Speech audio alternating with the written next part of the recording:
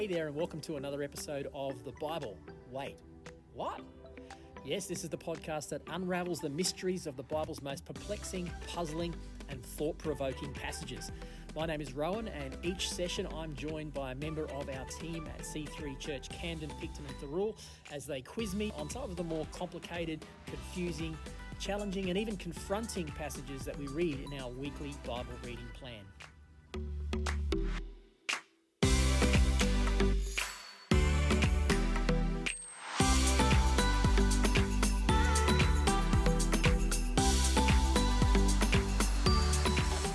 We understand that reading the Bible can be a challenging and perplexing experience. Many people just don't know where to start, they get confused, and so they give up. Well, that's why this podcast exists, to equip you with the tools and the knowledge to explore the richness and depth of the Bible for yourself. So grab your Bible, take a deep breath, and join us as we explore this week's passages.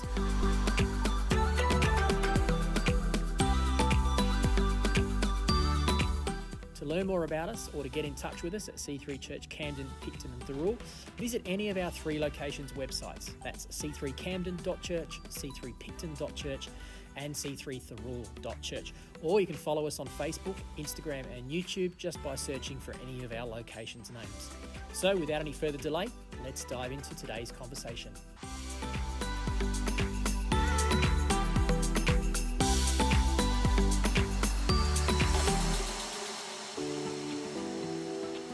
Welcome, ladies and gentlemen, to the Bible. Wait, what?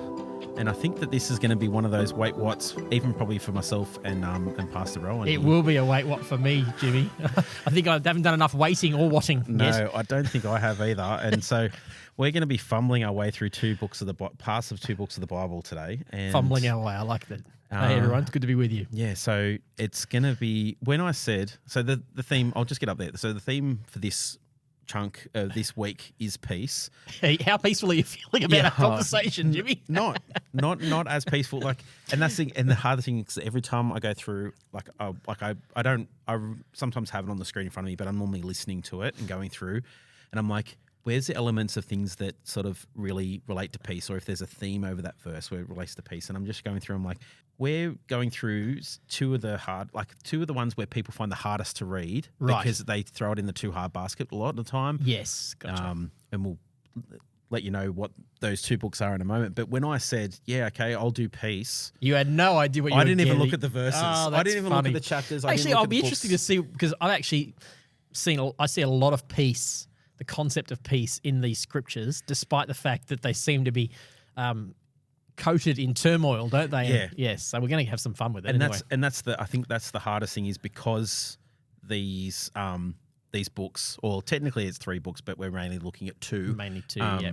It's the way that they're written, just the language they use. It can be very much, if you are someone who reads and you like to get really bogged down in the what's this mean, what's that, as you read it and try to pull apart every bit and piece, you might find it harder to find those things. But where if you can read it, do that, but then read it as a whole, and then sit back and go, I can see where the bits and pieces are falling, but then I can sit back and look at the overall theme. That's a great way to put it. Then you can then find that piece, because you can go, oh, okay, that's really heavy, but look at this hope, look at this piece that comes out of that. That's where I think it's probably how you should read the whole Bible, really. Yeah, but in terms particularly of when it comes this to genre, this kind of genre that we're looking at, which is a lot of what we're going to look at today is apocalyptic literature. Yep. And that genre itself, we'll probably unpack that at some point, what that means. We can do that before, or we can do that later, whatever you think's best. Yeah. But understanding a little bit about apocalyptic literature will help us to go, okay, this is a specific type of literal style. You know what I mean? Style of literature that is specifically designed to be a little bit weird, a little bit out there, but yet convey a message. And this style of literature, while it seems uncommon to us or unusual to us, was very, very common and understood in the first century when even in the Old Testament as well as the first century. It was a very common style of writing. Yeah. And I think has been the greatest challenge, I think, for a lot of people is where we come. It's like with everything. We come to it with our own understanding, our own way of reading or interpreting things. And this is very much where we're faced with something that is not our norm. That's right. And even if we go through and read modern books, even the most dense or complex books don't really look anything like this, because this is not, well, one, it's not just a book that someone's made up, obviously, but it's the fact that it's not just talking about the now, it's talking about the past, it's talking about the future, events that have not happened, events that have happened. Or events that are happening behind the scenes. Yeah, exactly. That they're still struggling to grasp properly as well, and just be able to make sense of it all. And so they get all of those things, and then they bring it all together, and then they put it all on paper. Yeah, that's right. I don't think we really get anything that comes close to that, really. No, not in literature, I don't think. No. I mean, it probably is. Before we get into it, maybe we should just unpack apocalypse. Yeah. I'm just thinking, okay, as our listeners have some understanding of where we're going, it might help them. Maybe we'll let them know which books. Okay, why don't you kick us off with where we're going today? So we're looking. So our Old Testament books we're going to look at today. So we're going to looking through 4 chapters of Isaiah. Yep, and of course, actually, as it turns out, 2 or 3 of those chapters are also written in an apocalyptic style of literature as well. So bear that in mind. And then we'll be looking at 1 chapter in Job. And it's like towards the end of Job. So obviously, it's a bit of it's one out of the blue kind of chapter. And then we are jumping across to everyone's favourite end of the New Testament, Revelation. And this is our first significant foray into Revelation. I think we did a chapter or 2 with Becky Babington probably about 3 or 4 months ago, and I talked a little bit there. And I'll just preempt and say I'm very much on my own journey with understanding apocalyptic literature. I am in a process of reworking this whole understanding of this genre. So what I'm presenting today might sound quite different to what I might have said in the past, and I suspect that it's probably still very embryonic compared to what I might be saying in the future as I spend more time in it. I was just saying to you off air, I'd love to spend more time in Revelation. We're going to spend a whole month or so in Revelation next year in our locations. And I'm not there yet. I'd love to do that. I've got some master's writing I have to do on the atonement first, so I've got a bit of work to do. Yep. But I will get to understanding that. However, I'm in a rework and understanding, getting a fresh understanding of apocalyptic literature. So let's just talk to what that is for a moment. The best way I can describe it is to understand that it is written text that portrays deep, vivid imagery. So those of you who are more artistic who are listening to this, you'll actually find this easier. If you're a visual artist, if you're a connoisseur of visual art of any kind, you'll probably find this a lot easier to make this transition than I do. I can't make this transition easily because I am like 100% left brain. I'm very analytical. I have 0 right brain in my test. So for me to be able to move into an artistic realm, it's hard for me. I have to now consciously do this. I look at a piece of art and go, yeah, that's nice, and walk away. I'm not wired that way. But and also I'm aware I'm the exception there. Lots of people can look and appreciate art and go, wow, there's so much vivid imagery in that, and make interpretation of that. So what apocalyptic literature actually is the word apocalypse has come to mean the wrong thing. Yep. If I say apocalyptic movie or apocalypse, what do you think of? When end of time, some big bad events happened. Yeah, or, if you're a comic book fan, it's a character in X-Men that pretty much is the self-designated bringer of the end of the world. End of the world. That's right, the apocalypse. Now, that comes from where we're going to go. Yep. Book of Revelation. It comes from the Book of Revelation because the word revelation, the book is titled after the very first line of the book, the revelation of Jesus Christ, which God gave to him who came to the angel who gave it to John, basically. The revelation, and the word there, revelation, is the word apocalypse. Now, that therefore, everyone goes, oh, the revelation is about the end times and all this ugly stuff's happening and, stars are falling out of the sky and moons turning to blood. Therefore, that's where we get this concept of end of the world apocalypse. But that is a wrong understanding. The word apocalypse means an unveiling. So what it essentially means is the writer is in some way getting a vision, whether that's a dream, like Joel says, you young men will dream dreams and your old men will see visions and so on. Whether or not it's a vision that they're seeing in sleep or a waking vision, It's an unveiling of the curtain. It's like written to a particular people at a particular time. Generally, almost exclusively, it's referring to a people who are suffering some kind of persecution or hardship or pain or difficulty in this life, and finding it hard to persevere. And then along comes an apocalyptic genre writer, and they have a vision which pulls the curtain back. Imagine you're on stage and the curtain goes back and you see behind it, you might be on the stage, you're seeing hardship, but you pull the curtain back and behind you on the stage is a different perspective, is a heavenly perspective. And so an apocalypse is actually an unveiling of what's going on behind the scenes. We might feel like life is hard, but he says, look, in the end, let's show you what's really going on behind the scenes. Let's show you what's happening now, what's going to happen in the future. And it's written as an encouragement, not a discouragement, or to frighten people. And many people are frightened by this apocalyptic literature. Many people are confused by this apocalyptic literature. But if we understand their vivid, dense imagery, that's basically artwork written in words that is designed to encourage the readers that basically God is on his throne. Yep. And then in the end, he wins. That's what apocalyptic literature is all about. Yep.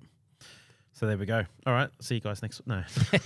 Well, that'll help, I think. Yeah, that'll help. Definitely. And I think that will be at least a starting point for people, because we could have just said, yeah, we're going to be looking at Revelation, and that would be enough for people to go, okay, maybe I won't listen to this one. I'll skip this one. Yeah. But just encourage you, and there's nothing like, there are people that really do struggle with the idea of going through Revelation as a book. So if you are there, I just encourage you to sit with us. Stay with us. We won't unpack everything today, but when we get there, we'll hopefully at least touch on a few things think about it differently. Yeah, just to give you a slightly different framework to start looking at that. Especially if you've grown up like me reading Tim LaHaye's Left Behind series. We were saying off air, and Jimmy said he fortunately avoided that. I mean, great fiction, great piece of artwork, great fun to read, but realistically, I now realise, or I'm realising more and more, that it's not the way to interpret the book of Revelation. So bear with us. We'll come at it differently. Yeah, definitely. Yeah. And I think I watched one of the movies. I think it might have been the Kirk Cameron one. Not the Kirk Cameron ones. Yeah, so I don't know what's worse, Kirk Cameron or Nicolas Cage's ones. Yeah. Oh, yeah. Actually, I did see Nicolas Cage one as well. There you go. So but it was more so I never. Yeah. So I obviously I never sat in that. I didn't grow up in a Pentecostal church. So, but even then, I didn't really start attending church services until I was later in my high school life. So I was in youth group and stuff like that, and obviously we never touched stuff like that. It was a bit too serious to even think about looking at that sort of stuff. So I'm at least coming from a little bit outside that, but still, even then, it still permeates. It still does have that. It's called dispensationalist theology, and it deeply permeates evangelical and Pentecostal churches. Has done for a long time, and we're in the process of winding that back because people are starting to realise that's not good. It's not a sound theology. Now, some of you who listen to this will think I'm a heretic just by saying that, but to bear with me, I'm having to unlearn everything I've learned. And the way I describe it is, I can still argue a dispensationalist view. I can argue for a pre-millennial, pre-tribulational rapture, all the stuff that I'd learned and taught. I actually learned in Bible college. I was taught it in a Pentecostal Bible college. I can argue that point, and I still can't find myself coming to those views. But what I've realized is it's like building a building, or let's use a different analogy. It's like being on a road heading in one direction, and I'm out by a couple of degrees, and I end up completely off target from where I want to be. And it's the foundational understanding of the way to interpret this apocalyptic literature that leads me down that path. If I come with this understanding, this literature is written with a definitive timeline. This happened, then this happened, then this happened. You'll see it time and time again. You'll see it in some of this Isaiah stuff. You'll see it in Revelation. Therefore, we start to go, okay, something has to happen, and then something else has to happen, and then something else has to happen. And we end up with a chronology of timeline of things of the end. When these apocalyptic writers wrote and their visions, it's better to understand that when they say, then they saw this, then they saw this, it doesn't automatically mean those things are chronological in order. It's more the fact it's the order they saw the things, not the order that they presume to happen. Once you understand that, you can back up a little bit and go, I don't need to worry so much about certain things happening in a certain order. There's deeper, richer imagery in this painting, and start to see these vivid images as you're reading them. Try to picture. I tend to use like medieval Renaissance artwork in my mind because I think of Renaissance artwork as being very vivid in imagery, lots of color and lots of auras around the, Michelangelo's beautiful paintings and all that. So I kind of imagine that what Michelangelo is painting is similar to what these people are seeing. That just helps me to try to picture something, and then I can begin to interpret it. And I also think back to the Orthodox iconography, which is very much like it's all about the spatial, the way they do things, the way they use the imagery. Like there's always all these different elements that are placed in there that slowly they reveal themselves as you look into it further and further. Yes, sort of thing. And that's a brilliant example. Iconography is a great example of it. Yeah. And that's very foreign to us Westerners who have been brought up in a Greco-Roman mindset, which is very analytical. It's got some great things about it, but we just need to realize when it comes to apocalyptic literature, it won't do us any favors. Yeah. So undo that and think like an artist. Yes. Yeah. All right, well, we're going to kick it off in Isaiah 25, so we'll go there now. Straight away.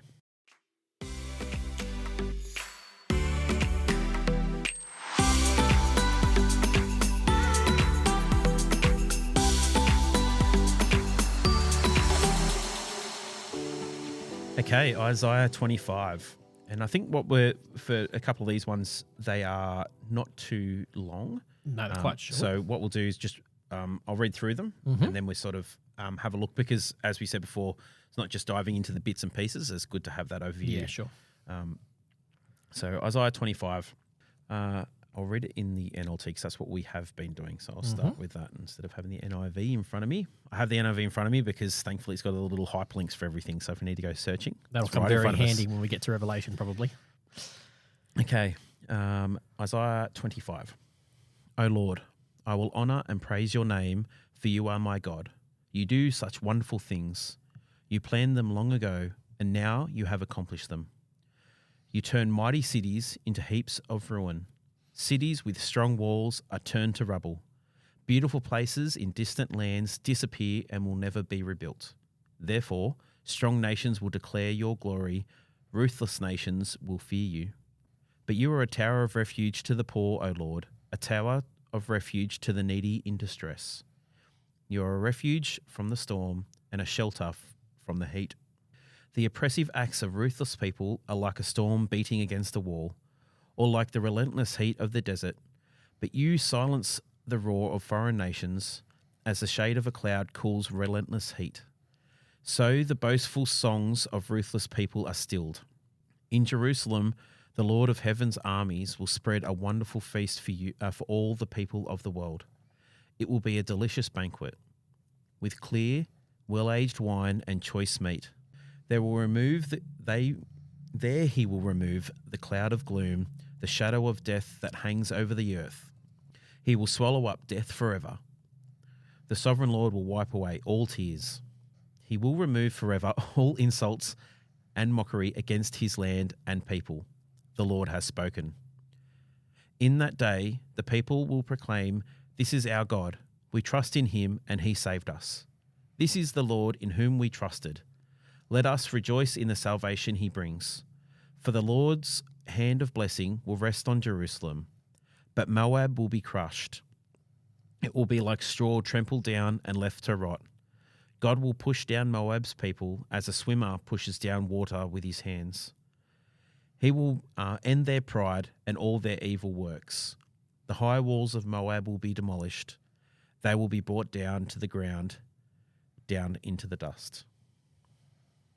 Oh, how's that sound? Being a peaceful chapter. There's a whole lot of destruction and death and dying in there, isn't there? Yeah, and that's the thing that I was like, I was saying beforehand, like you can definitely read this and be like, oh, it's trying to look at it with the eyes of where's the peace in this, and it's very easy to sort of miss it. I think if you're diving too deep and trying to find bits and pieces of verses there. So in that first section, pretty much it's this praising, like I'll honor and praise your name, for you've done wonderful things. You planned them from long ago. You have accomplished them. So it's this building up of God and saying how great you are. And then you turn cities into heaps of ruin. Cities with strong walls, you turn them to rubble. Beautiful places in distant lands disappear, never be revealed. Therefore, strong nations will declare your glory. ruthless nations will fear you. How, like even just in that part there, it's just like you feel as though that this build up of how great God is, but then it's how great you are, and then you've done these things. You've done these destructive things. Is that what you mean? Yeah. Yeah, that's a really good question, and theologians have wrestled with that. It comes back to the simple thing of how do you contrast. This is base level understanding, but you might have heard people say, how do we contrast gentle Jesus with the God of the Old Testament? Don't they look totally different? We see this angry, vindictive God in the Old Testament, and this gentle, turn the other cheek God in the New Testament. So that's at its lowest base level. But once again, we're dealing here with a very common context. This particular passage has got little bits of apocalyptic literature, but it's probably just more clever. There's no indication this is a vision. This is just more probably clever piece of writing. Yeah. But the context is Isaiah is writing to a people who are, for want of a better term, in exile.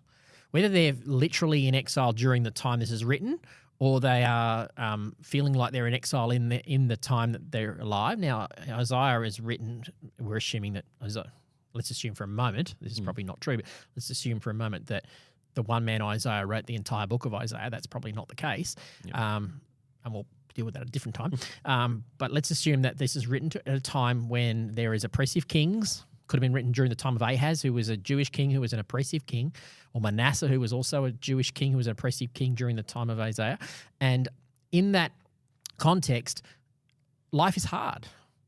In fact, life has always been hard for God's people. It's not really any different now. From history, beginning, there's always this understanding of life's hard. Life is broken. The world doesn't work the way we intrinsically, intuitively think it should. There's persecution, there's hardship, there's pain, there's loss, there's grief, all of those sorts of things. And oftentimes it's via other people or other nations in this case, people who have come against us or come against God's people. And so very much like we're going to see in the book of Revelation where the church is suffering under persecution from Rome, these people in this time are also suffering. We, in our time as the church, are experiencing a time of suffering and hardship. So it applies.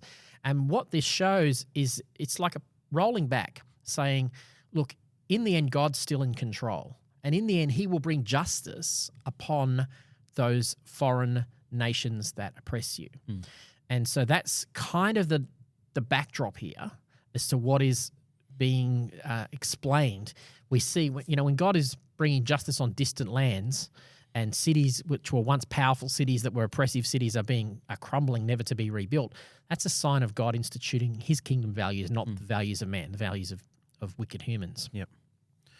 Yeah, and that's like, because as I read through and reading through all of the verses, I always hear bits and pieces of the language from Isaiah in it, just like, oh, I've heard that before, but not in this context. I've heard it in like the New Testament context. Isaiah is after the book of Psalms, Isaiah is the most quoted book in the New Testament. And even a lot of Isaiah and Psalms quote each other. Yes, they do. Type thing as well. Yep. Whether which one was first, who knows? But that's in terms of how it was written. Yes. But yeah, that's I suppose that's that first section there probably really sums up what we're going to be looking at through Isaiah. It's going to be a little bit like that. Yes, this victory of the Lord over the powers of this world. Yep. Over the broken, harsh, vindictive powers of this world. Yeah. Now, what we need to realize is that in that era, it's often portrayed, and it is in the book of Revelation too, there's little hints that it's otherwise, but it's often portrayed as this victorious, conquering, ruthless king, God who somehow is ruthlessly overcoming the ruthless. Yeah. And that's the imagery that's used, because that's the imagery they understand. But that's the bit that confuses people, because that doesn't sound like the gentle, loving God. Yeah. Why would God do that? And if we can just get an understanding that that's partly vivid imagery, but also it shows God's passion for justice, that God will right the wrongs. Those who oppress others will receive due justice. And that's when everything's, when you write, like you're using, say, imagery, or you're using an analogy or anything like that to help explain something to someone, you're going to use something that is most relatable for them in their context. Yep, correct. So God limits himself to work within the context that people are living in at that time. Yeah. So in that time is that it's just the nature of the way the world was working that God's people had to go to war. Like we talked about before, and pretty much anything that references most of the Old Testament stuff is that there was time for war, and there was a time for rest. There was always there was literally seasons where you would go to war. So the whole idea of conquering and all that sort of stuff is so ingrained in them that even if it's not something that they desire, because obviously that they're desiring peace. Peace, that's right, yes. Like they're desiring to not have to go to war. Like the reason war isn't the reason that they then follow God, is that they follow God into war to then bring about peace. I think that's a good example. So for instance, the concept to the ancient cultures of life imprisonment as a punishment really wasn't there. Yeah. No culture really saw, okay, I'm locking you up for the rest of your life. It was like, well, why would we drain resources on that? Let's, you've done a capital crime, you deserve capital punishment. Yeah. And so that was seen as, throughout all cultures, as the ultimate sense of justice. So that's the framework that they're working with. And that might seem kind of challenging to most Western Christians, because there's a few around who are advocating for capital punishment, but I think most would go, no, just the person deserves to be locked up forever. Yeah. If they've committed a crime of that magnitude. Now let's take that understanding and put that into this context, because that could seem ruthless. Yeah. That could, lock the person up forever. Where's the forgiveness in that? But we don't have a problem with that. Yeah. We don't think that's wrong. We think, that's a just judgment for a particular crime. So let's just recognize that we're not as enlightened as we think we are. Yeah. We still have a sense of justice. It's just that our understanding of justice has developed beyond these people. Yeah, and we shouldn't sit in judgment on them. The outworking of that. Yeah. These people understood justice to be, if you do something wrong, you'll come underneath the justice of a foreign power, an oppressive people who will rule you. And in this case, these people are being oppressed, and they're looking, and the promise Isaiah is giving them is, you feel like you're oppressed now, but God is going to bring justice in the end. Yep. And if you feel more comfortable reading and going, and God locked them up forever and ever, and put them in prison. If you feel that, if that helps you, read it that way. Yeah. So look at and I think the thing that helps you see a bit more of this, like I suppose maybe that gentle, peaceful side of God is the fact is, like in verse 4, you are a tower of refuge for the poor, for the needy in distress. Oh, well, that's encouraging. It's peaceful. Yeah. Yeah. So was it the Darlene, like the Tower of Refuge and Strength? That's the Tower of Refuge and Strength. That's coming out of this and out of Psalms. It's all through there. Yep. And it's the whole idea that we push into God for that protection, for that place to find peace is by pushing into God, who will be our refuge. So refuge, just a place to hide, a place to feel safe, a place to be protected. If you're out in the lands farming and you're in distress and you run behind the walls of the medieval castle, there's peace. Yeah. You can't get me in here. That's the picture. Yeah. The God is that. We can find peace despite the distress. Yeah. Because, as it goes on from the rest of there's refuge from the storm, the heat. So there's all this imagery of all these things that can come against you, which are, too much for you to handle on your own, is what it's saying. So it's that drawing in that you are going to face things that are way too big for you to be able to handle, the things are going to come against you that, you might be able to stand against for a certain period of time, but you will have to push back into God and seek refuge and let him then protect you from those things, and let him then work out into those areas with you, then following him into those areas. So that's well said. Yeah, because we said go through all the through 4 and 5, it talks a lot about all the things that pretty much can come against you, and then what then God will do as spread a wonderful feast in front of you. It says in verse 6. It's like instead of this famine, there's going to be feast. Instead of heat, there's going to be beautiful cloud cooled weather. All of it, it's contrasting hardship with the promise of restoration and peace. Yep. Just trying to think, was there anything that we haven't sort of covered off on that one? I suppose did you have something else before? I was just going to add, there's nestled in here and nestled in this judgment, there's still this promise that all the nations will come. Yep. So it's hidden in there, this prophetic development about the Messiah. Israel is still holding this vision, even though they are being oppressed by the foreign nations. They're still holding this vision that when the day of the Lord comes, when God redeems, when God restores peace, it won't just be for Israel. All the nations of the earth will come. Where was that? That was written in there somewhere. It actually promises that in verse 9. Verse 9, is it? Yeah. In that day, the people will proclaim, this is our God. We trusted in him and he saved us. So this is God's people, right? Yeah. This is Israel. This is the Lord in whom we trusted. Let us rejoice and bring the salvation. For the Lord's hand of blessing will rest on Jerusalem. But Moab will be crushed. Now, this is talking about the foreign powers, but it's going to go on. It might have been, might be slightly 26. earlier. It's going to go, it does actually have this promise that all the nations will ultimately come. It's verse 3, right back in verse 3. Therefore, strong nations will declare your glory and ruthless nations will fear you. And then it's again in verse 6, it's like we'll spread a wonderful feast for all the people. All the of the peoples. world. That was the one I was looking for. Yeah. So there's this sense of justice, but there's also this sense of restoration of peace for all peoples. And the Jews held that very dear. That became the development of their understanding of the Messiah, one who would bring peace, would put to pay the injustices of this world and restore all people to a place of peace. Yep. And you touched on there, like the other part was like the idea of Moab. So Moab, they're talking about Moab because that is an imagery for the people of the time would know exactly what they're talking about. Absolutely. Moab were a neighbouring country. Yep. They were related. Yep. Distantly related. Moab was related through Lot. Yep. So not quite as related as the nation of Edom, who were like Israel, was Jacob's brother, but cousins. Yep. But they were a neighbouring country, and they were renowned for worship of their god Moloch, which was a god that was involved in child sacrifice and all kinds of horrible things, and desperately regarded as one of the biggest enemies. Yep. I think Moab was the Balaam was from Moab. Balak was from Moab, and he summoned Balaam to come and curse them. So there's a deep hatred between the two.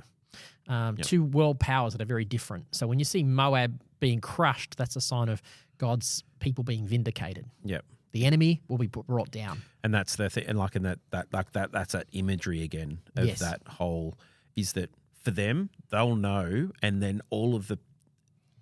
they'll know that all future people who come back and read this will know that the idea of Moab is this is the powers that are the opposite, exactly the opposite of what stands for God. Yep. So, like as you said, all the despicable and things that even like now. That's right. There are Moabs in the world. Moab is a country, but it's an ideology. Yep. It's a way of life that is working against the people of God. Yep. And so we can read that and bring it up into the 21st century. Yeah. And it's not advocating for us going around and shouting at Moab. It's about advocating for us trusting that God will push down Moab, it says. Yeah, because that's and that's everything in here. And it's that contrast between the God of the Old Testament who went and waged wars and all that sort of thing. How's that the God that loves? But then it's not waging wars for the sake of waging war. No. It's waging wars to eradicate the evils of the earth. That's correct. And in the way that is part of the culture of that time. So we build in laws and, even though the world isn't necessarily always isn't even at this time isn't a peaceful place. There is war currently going on, and there always will be. But the push now is that, and what people of God we need to be doing now is to be pushing into God and be like, okay, what is it that I can be doing? Because there's so much going on in the world, and we got so much information about what's going on in the world, but that's a different conversation. Is that, okay, instead of trying to figure out, that's just too much, and I'm just going to fall into God and just sort of let it all happen. What is it that I can be doing to see the Moabs either that are directly in my life or in those that are around me to then work inside the framework that God has placed and in the laws of the land and all of that sort of thing to then come and crush. Beautiful. Moab. Sounds kind of like Jesus' words in the Beatitudes. Blessed are the peacemakers, for they shall inherit the earth. Yep. Yeah, that's. I think there's a sense in which we are called to be peacemakers. We are called to enforce the peace that Jesus has done. I don't think we're going to look at it in our Revelation scriptures, but one of the things that I've come to realize which is helpful in all, even in this understanding of what we're talking about here with God's judgment. There's this vivid picture in Revelation of Jesus coming and trampling the winepress of God's wrath. And it says his robes are covered in blood. And you read it and you think, it's a quote from the Old Testament, and you look, at first glance you think, oh, that Jesus is trampling, and the blood that's on his clothes is his enemy's blood as he tramples them. But the imagery that John picks up on is that it's actually not the blood of the enemies, it's actually his own blood. His own blood is already on his robes. So Jesus, the imagery John is wanting you to pick up, and the way God works and brings justice is he brings justice by laying down his own life. Yeah. Justice comes through his self-sacrifice, not through some sense of him being active in warfare against the enemy. Yeah. When he has a vision of a sword, it's not in his hand, it's in his mouth. So once again, there's this picture of Jesus has defeated the enemy through giving up his life, not through conquering in a military fashion. Yeah. And if we can reverse engineer that back to some of these Old Testament passages, we see them in a different light. Yep. Yeah. All right, well, that's Isaiah 25. Now on to 26. All right, 26.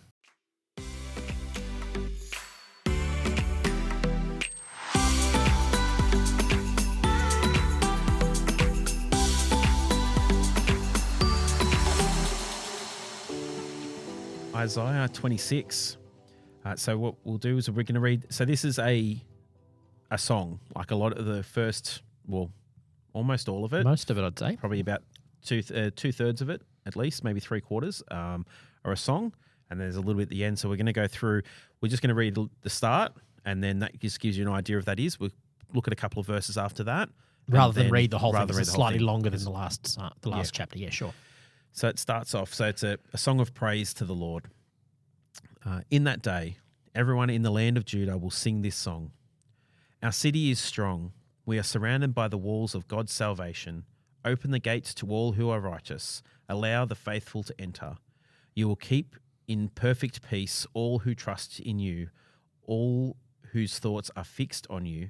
Trust in the Lord always, for the Lord God is the eternal rock. He humbles the proud and brings down the arrogant city. He brings it down to the dust. The poor and oppressed trample it underfoot, and the needy walk all over it. So that's just and we go like it'll go through and again like talk about the righteous, it talks about that you smooth and pave the way ahead. The righteous will be vindicated in that sense. So and it works through. But before we jump too far down, Rowan will have a look at that. There's this phrase at the beginning, in that day. In that day. Okay, you're going to see this phrase, in that day, appear multiple times throughout the whole Bible. It's very much a developing theme. In fact, the Bible Project have got a great little video called The Day of the Lord, which will give you an understanding of this. We see it in Joel. In the last days, in the day of the Lord, we see Peter quoting Joel in the day of Pentecost, in that day. So the day that, whenever you see this term, that day, you need to understand that throughout Old Testament history, it was a developing understanding, and it came to represent this day of God's vindication, this day when God would right every wrong. And yes, oftentimes it has comforting imagery attached to it. We're going to see some of that here. Come away while I protect you from the coming judgment. It also has a judgment imagery to it. So, and sometimes you see it, it's quite vividly judgmental. And once again, it contrasts a little bit with what we were saying in the previous chapter about our understanding of this judgmental God. But what we need to understand is that the day of the Lord is the day when God will put everything right. And we kind of think, well, that day of the Lord is still to come. One day Jesus is going to come back and put everything right, but we're not in that day of the Lord yet. A better understanding of that is not to be quite so chronological about it. While there's a sense that we are awaiting the final consummation of that day, the understanding that the writers had, and even the New Testament writers, was that the day of the Lord has, partially at least, already come. That Jesus bringing about victory on the cross through his resurrection and ascension is part of that process of victory. Yep. So the day comes to represent an ideology, or rather than a one-time event, it comes to represent a vindication of the righteous.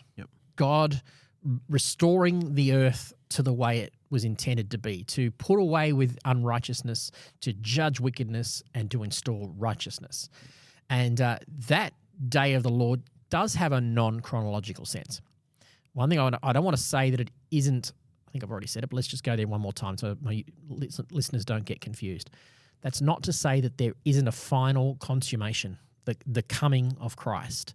That picks up in the book of book of Thessalonians, where Paul corrects some questions among the Thessalonians because people were coming and saying, "Oh, the day of the Lord has already come," and he says, "No, the day of the Lord is yet to come." Yeah. And what Paul means is that there is a final consummation of all things, where you will actually see on the earth, heaven and earth, you reunited, where you'll see the righteous victorious and the unjust overthrown. That we're not there yet. Jesus has instigated the day of the Lord, but he has not yet consummated the day of the Lord. Yep. We're living in a now and not yet component. And all of this apocalyptic literature that we're going to look at today is about that.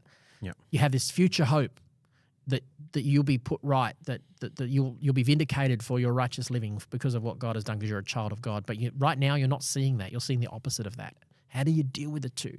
Well, let's pull back the curtain and show you the day of the Lord. And you know that you'll see some of this now, but trust in the Lord that this is all happening and will happen in his grand scheme. So it's all going to be okay. Yeah. We see that played out in this, even in this song, Yeah. Yeah. So like that idea that like it's been like what is going to happen has been revealed, and it will continue to be revealed. Correct. The longer and longer that we sit in it and understand, and then Jesus will then come and then give it the full outwork, I like the word consummation. I remember learning in Bible college about the difference between VE Day, which is the Victory in Europe Day in World War II. That's the day, I think, I'll get off the top of my head, I think that's the day when the war officially ended, when the Nazis surrendered and the war ended, Victory in Europe Day. But the actual coming of peace was some time after that. There were parts of Europe where there was still fighting happening for some time afterwards. And that's pretty much the same in any kind of war. There might come a day where the peace is, where the official war ends. That happened through the death, resurrection, ascension of Christ and the birth of the church, really, in the day of Pentecost. But we are still in a mopping up phase, if you like. Yep. We're looking forward to that day. And the peeling back of the curtain lets us see that there is a lot going on behind the scenes. It's going to be okay. It might not look like you're getting anywhere, but just trust in the bigger picture. Yep. All right. So that's just something to keep in mind. If you've got the ability to bookmark that bit, because I think that we'll probably come back to that, and it's probably something good to reference. Yes. Even if you're going to do some of your own studies into whether it's Isaiah, Revelation, or just in general, like if you're going through and you hear that phrase. You'll see it over and over again in the Old Testament prophets. Yep. So in that song, there's lots of different things. It's very much a song of praise. It's very much the Lord will grant us peace, and it's sort of that uplifting, and probably coming out of what we went through in verse 25. This idea, then, okay, this is a song that we will all sing. It's like that flow on from there. So we've all the stuff in verse 25, and then we will come out chapter 25, you mean? Yeah, sorry, chapter 25, yep. And then we'll sing this. This is like the victory song. Yeah. Yes. Yeah. And this shows the picture of the heavenly Jerusalem. Jerusalem comes to be the place of God's kingdom on the earth, and there's walls around it. But you see, the walls here are taken from being literal walls to being we are surrounded by the walls of God's salvation. It's a spiritual protection that's coming upon them. Yeah, and I think it's got some really good imagery. So we're gonna just pick out a couple of things in here. Just have a look a couple of things that I found that was a bit interesting. There's a last chunk at the end, which if you've read through before, or you maybe scan down and you see a random title down there, which we all know my thoughts on titles at times. Yes, so, Jimmy's been very avid about his thoughts on titles that the Bible writers put in there. Bible translators. So verse 9 and 10, and this jumped out to me more so because it's something I think that maybe we struggle with when it comes to, but it's something that we find hard maybe to hand over to God. And so, like I say, verse 9, in the night we search for you. In the morning, I earnestly seek you. For only when you come to judge the earth will people learn what is right. And that's that revealing. That's Yes. that. So we're not going to know that. Like no matter what we do, no matter how much, we're never going to truly learn exactly what is right. Jesus will reveal that when he comes to judge the earth. But this is the one that I was like, yeah, speaks, I think, to a lot of people. And like that question I think about when I was a youth leader, the questions that you always get, they always try and throw, can God create a rock or a mountain that is so heavy that even he can't lift it? Things like that. Like, trying to trick you into things is like, well, yes, he could, but then he could make it so that he could lift it. Like, it's like those, if you're trying to Teenagers find and their that, philosophy. yeah. So it says, your kindness to the wicked does not make them good. Although others do right, the wicked keeps doing wrong and take no notice of the Lord's majesty. So it's that idea that God's love is for everyone. Your kindness to the wicked does not make them good, but his kindness is still there. He still shows kindness to them. So I see. So you're not saying it's about, this God's only judgmental against the wicked. He's actually offering them kindness as well. Yeah. Good. So good point. It's that whole, so we talked about that first bit, like the judgment of the earth, which we feel as though that God should bring that judgment to the earth, like to people, like people against everybody but us. Yeah, like they've done wrong. All this sort of stuff happens, and be like, can God please? And we even pray it, like we want to bring justice and judgment to people that need to face that. But we also forget that sometimes that we need to be facing that also ourselves. And hopefully we do, where even if like in our reflection. But then there's the whole idea of the youth group question is like, why do good things happen to bad people, and why do bad people, have all this, and why do the bad people prosper and all that sort of stuff. So is that God's kindness does not make them good, but I think the idea that God's kindness is there for everyone. I think that sometimes is that, although others do right, the wicked keep doing wrong and take no notice of the Lord's majesty, doesn't mean that God's going to stop loving them, and doesn't mean that we should stop loving them as well. Great point. I like that, because you could read these things to think that we're just desiring nothing but vindication and the wrath of God upon our enemies. It seems like it's saying that, but it's a response to the fact that God is still a kind God, and if people resist God's kindness, then all there's left for them is fierce judgment, I suppose. Yeah. Okay. Yeah, the judgment is still there, but the love is still there. But the love is there together. And the reason for that judgment is from that love. Is the resisting of the love of God. Yes. And there's probably some New Testament passages that seem to indicate that theology. Yeah, that's good. Cool. Yeah, so it's a lot of that same stuff. You'll grant us peace. There's a lot of peace imagery in this song. Because it's interesting because it's talking about the day of the Lord will bring peace, but yet you've just read a section where they're clearly not in peace. No. They're clearly recognizing that there is an enemy that is out to get them and that seems to be prospering and is resisting God. And yet there's this unveiling of this promise of peace. God, you will grant us peace. All we have accomplished is really from you. So there's an understanding that peace is the ultimate goal of what God wants to give to.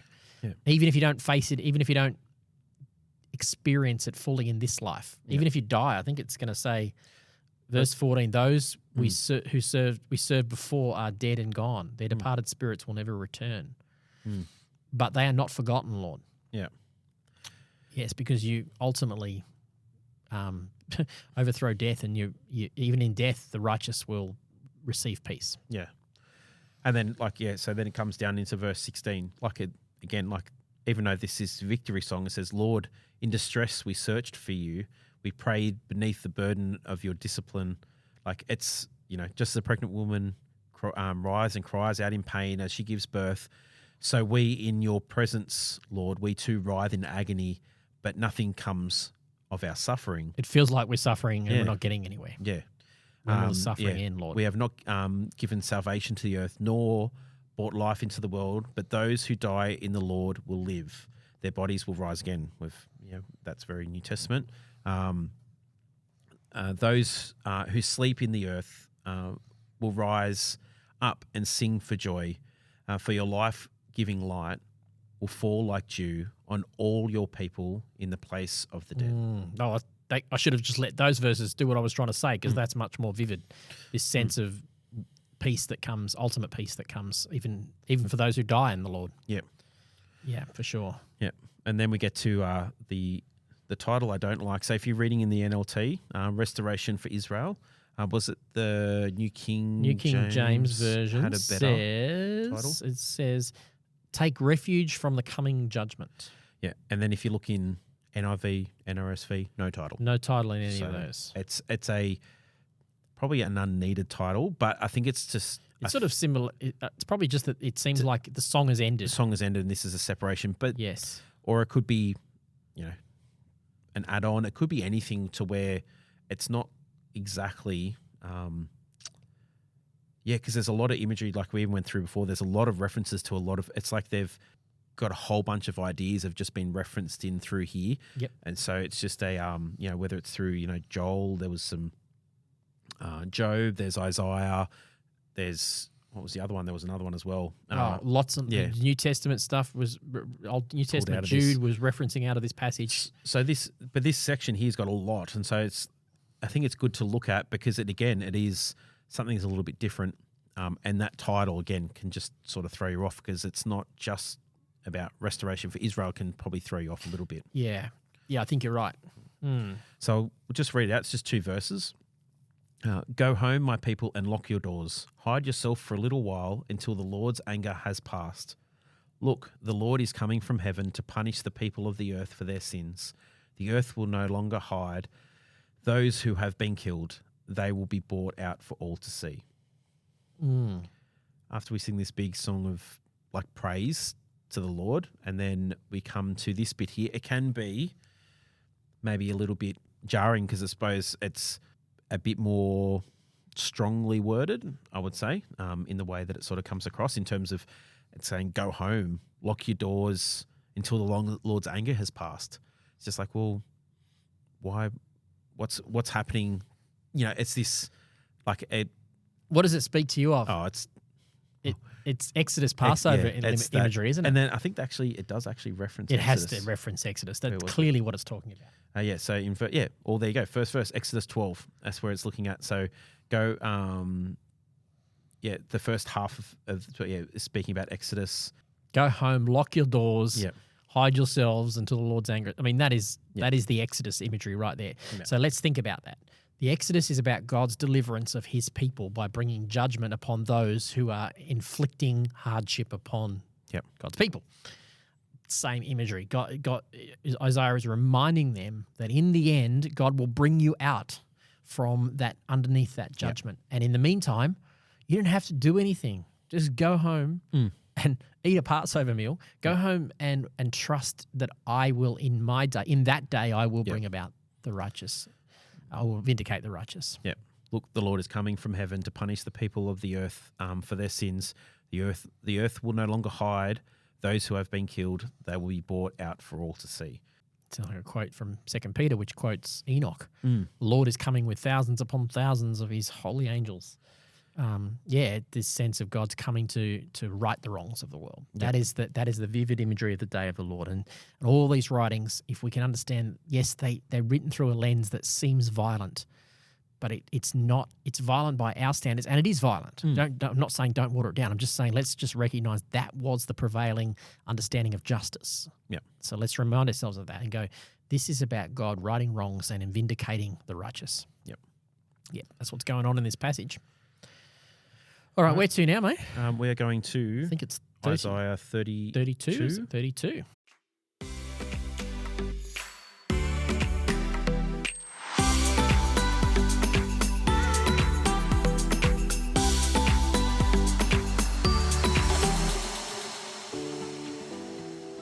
Yes, it is Isaiah 32. I might have sounded a little bit like is it 32 when we finished the last one? It definitely is. So here we go. So the title, which actually is not a bad title. It's a good title, this one. Isaiah's Ultimate Deliverance. But there is a few twists and turns along the way. So yeah, ultimate, it has that sense of it's coming eventually. Yeah, it's coming eventually. There's some twists and turns on the way. It's good. I like it. About 20 or so verses. Yes. So, Starting at verse 1, and this is where our first for this verse, this chapter, sorry. Look, a righteous king is coming, and honest princes will rule under him. So, probably our readers will straight away think, oh, that's a prophecy about Jesus. And yes, it is. It's a messianic prophecy. It shows this developing understanding of Messiah. We need to realize they didn't automatically get a full picture of Messiah. It was developed over this time, pretty much from Isaiah's time forward. They started to get a picture of this one who would come. But the context seems to be the people are living without a righteous king and with dishonest princes. And it's hard. And so in the previous chapters, we kind of more talked about the other nations that bring judgment, the other nations that were oppressing God's people. Yep. In this chapter, there is still an oppressor, but the oppressor is from within, not from without. Yep. So the oppressor here is probably King Ahaz or one of the other wicked kings of Judah at the time, who he and his elites were oppressing the poor. Yep. And they had an unrighteous king and dishonest princes. And so there's to a people who are being oppressed. And the picture is during that time that the kings and those in the royal household completely just used the poor for their purposes. They farmed the land, taxed them highly, lived the fat, comfortable life. You're going to see that with all this picture of all these rich, wealthy women laying around on, being treated, having everything given to them. Yep. This complete oppression of the poor. And the people of God are crying out for that. And that starts with, hey, Isaiah is saying, there is a righteous king coming. There is a day when the princes will be honest, when those who rule will rule with justice. Yeah, and we'll go through, like, we're going to sort of jump ahead a little bit, but like it's again, like it talks away Australia, like that, each one, like, so talking about the king and then the honest princes. Will be like a shelter from the wind, refuge from the storm. So it's like, again, it's this imagery. It does that foretelling the imagery of God being that refuge that we talked about earlier. Great. And in this case, it's his representatives, his people who are bringing that refuge. And which, if we look at it from our Western New Testament eyes, is that we would say, well, that's the church. That's Jesus. Like we are God's people. We are his representatives in the world. And so we could then potentially see ourselves as those honest princes to rule under. I think we should aim and aspire to be that, because that's God's promise for his people, not just the church, but always God's people throughout time has always been that they would be a refuge from the storm, that they would right the wrongs and they would bring justice and care for the broken and the needy. Yeah. Yep. So then it goes through pretty much from verse 3 to verse 8. And everyone who has eyes will be able to see the truth. Everyone who has ears will be able to hear it. And then it talks about even hotheads will seek understanding, those who stammer speak plainly.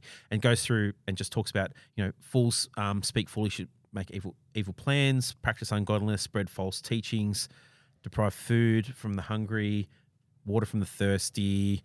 And then it just goes, so it talks about all these things then. That the unrighteous oppressors are bringing, yes.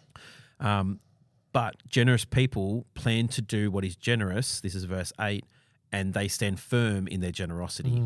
So it's talking about even though these people, which is again probably referencing those, not so good king, the not so great princes, that they're going to do all these things, but those who are generous, so the righteous king and the righteous some that princes will be stand firm in their generosity, and then into verse 9. Listen, this is not against the women. This is against women. This is a picture of the idea that the women were often laying around, in comfort. Many of these women, Well, like a lot of kings, even Jewish kings would have had concubines and totally, all that all sort of of stuff. So it's they would have had this big harem of all these women that are just sitting in luxury, doing whatever they want to do. So it's reference to those sorts of Let me images. just clarify that. We're not saying that being a member of a harem was necessarily a position of lack of oppression. No. It's probably in many cases, yes, there was definitely comforts. They were kept in comforts, but that's not to say that they were all living in the high life. They weren't. A lot of them were taken from their homes and turned into the harem. But I think the picture here is, I think of like, maybe I'm jumping ahead 600 years to the Romans. But the same concept, you often see, or Herod sitting around and all the princes and the daughters of the houses of the house living in consummate comfort compared to everybody else. I think that's the picture they're trying to go with. women who just are part of the royal elite household. Yep. So it's So verse 9: Listen, you women who lie around in ease. Listen to me, you who are so smug. In a short time, just a little more than a year, you careless ones will suddenly begin to care. Your fruit crop will fail, and the harvest will never take place. Should we keep going down before we come back? It's up to you. Yeah, keep going. Tremble, you women of ease, throw off your complacency, strip off your pretty clothes, and put on burlap to show your grief. Okay, Yep. so there's this prophecy that something's going to happen in a little more than a year. So there is a time coming when you're living in comfort right now, but watch out. And you see this time and time again in Isaiah and Ezekiel because they are writing at a time that's leading to an overthrow by oppressive powers. So in Isaiah's case, there is a Syrian army coming against him. In Ezekiel's case, it's the Babylonian army coming against them. But there's often this time of right now you're in comfort, but the enemy is right on your footstool. The judgment of God is right there. And it could be, in a little more than a year, all this comfort's going to go because the Assyrian army is going to invade the land, steal your crops, and suddenly you're living in fat comfort in Jerusalem. You're not going to have all this fruit. You're not going to have all this harvest. Yep. Get ready. And so it's a pronouncement of impending judgment. Yep. And so that's what goes through from here. And then there's one of the hyperlinks from these verses takes us to verse 37, which we don't actually go over today. Chapter 37? Chapter 37, sorry. I keep saying verse, it's chapter. Yeah. Yeah. Which is the opposite of that, which is Yes. it's when Isaiah delivers the same words for the same prophecy, but it's the It's the we're coming out the reversal other side. of it's Yep. the opposite of this. Yep. So this is a pronouncement of the Assyrians coming to conquer. Well, ultimately, it actually says Assyrians did invade the land during the time. This is probably written during the time of King Ahaz. His son Hezekiah, who became a righteous king, but it's the famous story of the Assyrian army embanking themselves and putting the city under siege, and all that. Basically, they've conquered all of Judah except for Jerusalem. All the people from the farms have all come inside Jerusalem. It's the last stronghold, and it seems like they're hanging on for dear life inside the city, the walls of Jerusalem, and they have this. Isaiah gives them this prophecy in 37, which actually reverses this and says, in a little more than a year, you'll eat the crops. So I'm going to resist the attack of Assyria. I'm going to defeat the attack of Assyria, and you will resist the crops. So it's a complete reversal. But the concept is, one is the coming judgment, and then because of their unrighteous living, and then in chapter 37, 5 chapters later, it's the coming deliverance because of Hezekiah and the people's righteous living. Yep. And it's there is a foreshadowing to that coming out the other side to the at the end of this chapter here. Yes, there is. Yep. But I think we were going to go from 16, but I'm having a look probably from 15. It says until at last the Spirit is poured out on us from heaven, then the wilderness will become a fertile field, and the fertile field will yield bountiful crops. Going into verse 16, justice will rule in the wilderness and righteousness in the fertile field, and the righteousness will bring peace. Yes, it will bring quietness and confidence forever. My people will live safely, quietly at home. They will be at rest, even in the forest, even if the forest should be destroyed and the city torn down. The Lord will greatly bless his people. Wherever they plant seed, beautiful crops will spring up. Their cattle and donkeys will graze freely. Ooh, I like the fact you brought in verse 15. Because I was like, I was cheating myself up to go straight to 16, and then I went, hang on, what's that about? What's just above that? Bountiful crops? I'm like, okay, go a little bit higher. Well, let me go to a verse before that. So they just pronounce this impending judgment upon the palace. Yep. Basically, it's upon the palace. Yep. Verse 14 says, the palace and the city will be deserted. The busy towns will be empty because of this judgment of the Assyrians. Wild donkeys will frolic and flocks will graze in the empty forts and watchtowers. This picture of complete desolation. Until at last the Spirit is poured out. Oh, you know what I love about that? I'm doing some study for my master's at the moment about the Spirit. And the Spirit of God, here it is right here, is the Spirit of God is seen time and time again, the Holy Spirit, as the creative force of the Godhead. The Spirit hovered over The waters. The waters. Yeah. The Spirit was involved in every time there's a new creation account where God, this picture that repeats itself in Scripture of desolation, exile. It's the Spirit that brings about new life. I never I've heard an idea about that before, but I've never even thought about thinking. Yeah. Every single time it talks about something creative or something about the birth of something new, the Spirit is or the there. restoration of God's plan. So God's births the creation account. Humans mess it up and end up in exile, basically exiled from Eden. We see the Israelites exiled from the homeland. Every time, it's always the Spirit that new creates, that recreates, that brings them back from exile. That's what's happening here. It's it's this promise of you feel like you're going to be in exile, but the Spirit will be poured out and you will be recreated again into a land of abundance. This is Eden language here. The crops it's all seed language and crop language and animals. It's like a new Eden. It's a promise of recreated Eden. Yeah. And that idea of peace comes from that pretty much but as we see, it talks about in a year, and then it's saying that all these things are going to happen until at last the Spirit is there's no in a year. There's no time frame for the restoration. So as we see, it's going to be a different king. It'll be the king's son. Yep. And it'll be well into his reign where it comes out the other side. Yep. And ultimately, even then, it was never. This is the story of how the Scriptures roll on historically. Is that there's always exile. God's people are always waiting for that final vindication of new creation, and that's ultimately we look forward to it in small accounts throughout history. We're looking for deliverance from our challenges in Australia right now, or deliverance, peace in the world, all the while aware that there is yet a final pouring out of the Spirit. Yep. Yeah. So I think that's a perfect wrap up for that great. chapter, I think. Yeah. Yep. What's the next chapter? We're going now, leaving Isaiah. So that was our last one in Isaiah. No, there should be that one was 32. more. Isn't it? No, we're going to 35 35. first. Yep. Thought there was one more. Yep. 35.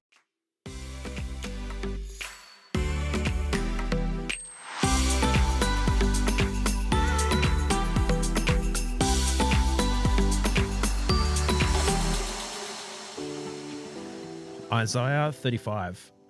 So this one is really just a wrap up of the concepts of everything that we've spoken about today, and Isaiah. And so what we're going to happen, I'm going to read through it, and then Rowan's going to sort of speak to it and just sort of and pick out some of the imagery and the things that we've spoken about today. So I'll just jump straight in. Even the wilderness and desert will be glad in those days. The wasteland will rejoice and blossom with spring crocuses. Type of flower. Yep. Little flowers that appear in the desert. Yes, there will be an abundance of flower. Oh, there we go. Abundance of flowers and singing and joy. The desert will become as green as the mountains of Lebanon, as lovely as Mount Carmel, or the plain of Sharon. There the Lord will display his glory, the splendor of our God. With this news, strengthen those who have tired hands and encourage those who have weak knees. Say to those with fearful hearts, be strong and do not fear, for your God is coming to destroy your enemies. He is coming to save you. And when he comes, he will open the eyes of the blind and unplug the ears of the deaf. The lame will leap like a deer, and those who cannot speak will sing for joy. Springs will gush forth in the wilderness, and the streams will water the wasteland. The parched ground will become a pool, and springs of water will satisfy the thirsty land. Marsh grass and reeds and rushes will flourish where desert jackals once lived. And the great road will go through the once deserted land. It will be named the Highway of Holiness. Evil-minded people will never travel on it. It will be only for those who walk in God's ways. Fools will never walk there. Lions will not lurk along its course, nor any other ferocious beasts. There will be no other dangers. Only the redeemed will walk on it. Those who have been ransomed by the Lord will return. They will enter Jerusalem singing, crowned with everlasting joy. Sorrow and mourning will disappear, and they will be filled with joy and gladness. Therefore the redeemed of the Lord shall return. That was an old song, that one. Probably before your time, Jimmy. Before my time, I think. Yeah, I grew up with that one in the early 90s. Come with Singing Under Zion. This is interesting. This prophecy, probably for most of us that have just heard it, it probably sounds like it makes enough sense anyway. And the title is Hope for Restoration. So it's this promise of God restoring all things. And I think, as you said, it sums up a lot of the concepts we've just talked about. We've talked about God's judgment against those who oppress God's people, and that God's people feel like they're suffering, but they stay the course, because in the end there's a unveiling and there's a victory and there's a justice that's coming.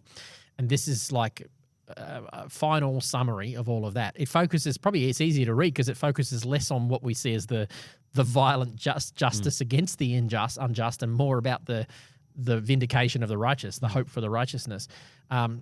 But I think it's just so, but let me just dig into it a little bit for a couple of moments, and let's pull out some of the metaphors that are used, which might intuitively we might understand them, like wilderness and beasts and highways and springs in the desert and all this kind of stuff. So that's all there.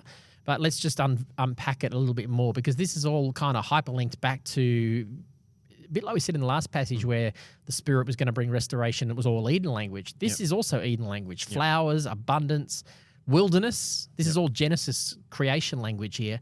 So it starts with even the wilderness and the desert will be glad in those days. So when you see the word wilderness or desert, it's a physical place in southern Israel that leads down out into the Sinai Peninsula, and obviously ultimately to the Arabian Peninsula, where it's just nothing lives out in there in the Arabian Peninsula.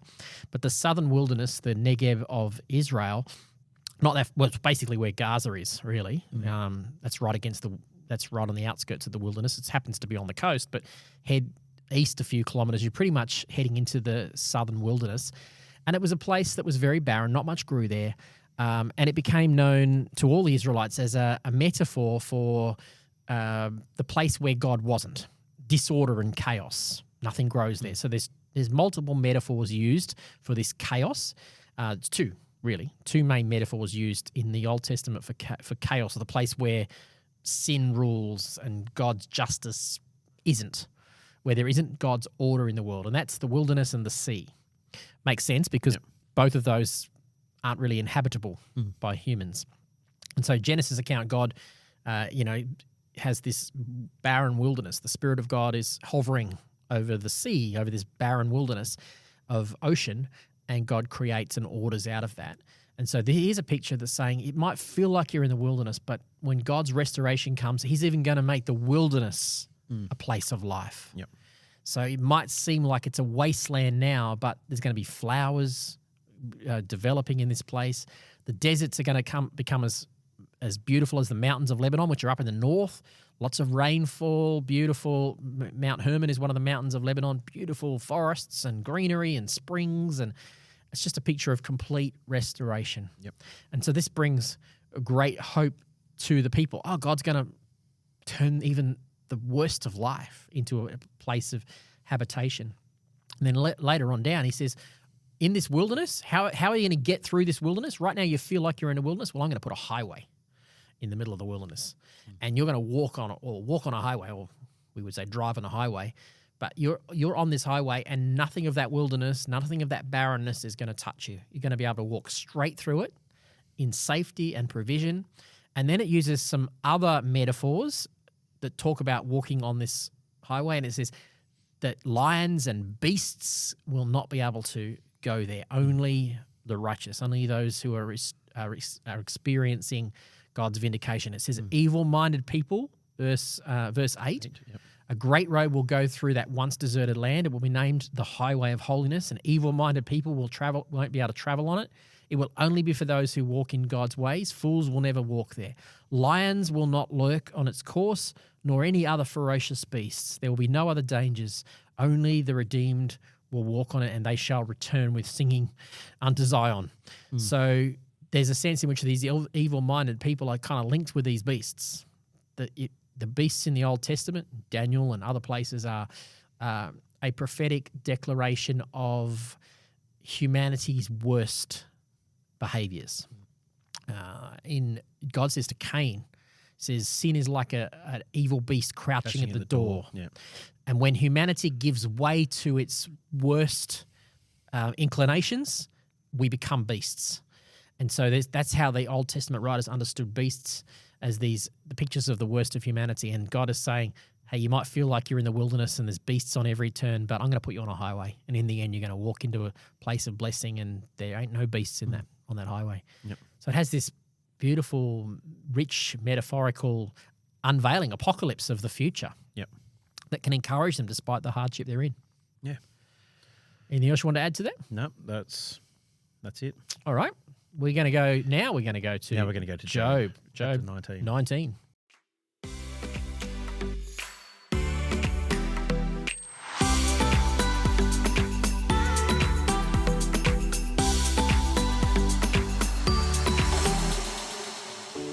Okay, Job chapter 19. Okay, so we're going to do this a little bit different than what we've done with Kind others. of handpicking one chapter out of 40 something and plunking it out. So we won't go into great depth on the chapter, will we? No. So chapter 19 is a response to Job's response to one of his friends. And pretty much through this whole thing, he's saying, God's come against me. My family hates me. Like there's even one point where it's like my breath is repulsive to my wife and, He's not having a good day. My ghost friends detest me. And he's just saying that God has come against him and all of these things. It's 29 verses and 26 of them is him just pretty much, or maybe 24 of them are him just laying out all this stuff that he feels as though that is come against him, that God's placed in front of him, that, that pretty much because of God's hand against him, all of this has happened. And then he comes up with these 3 verses from verse 25. Which seemingly are out of the blue in the context of everything else. Suddenly he goes from seeming like he's blaming God to some profound statement of faith. Yeah, where he says, "But as for me, I know that my Redeemer lives, and he will stand upon the earth at last. And after my body has decayed, yet in my body I will see God. I will see him for myself. Yes, I will see him with my own eyes. I am overwhelmed at the thought." And then he has one final rebuke at his friend, saying, "How dare you go on persecuting me?" Saying it's his own fault. So it's I suppose a snippet of a lot of those conversations happen through Job. But the reason for this, I suppose, is probably where we probably land at. So like Rowan's going to give a sort of bit of an overview of Job.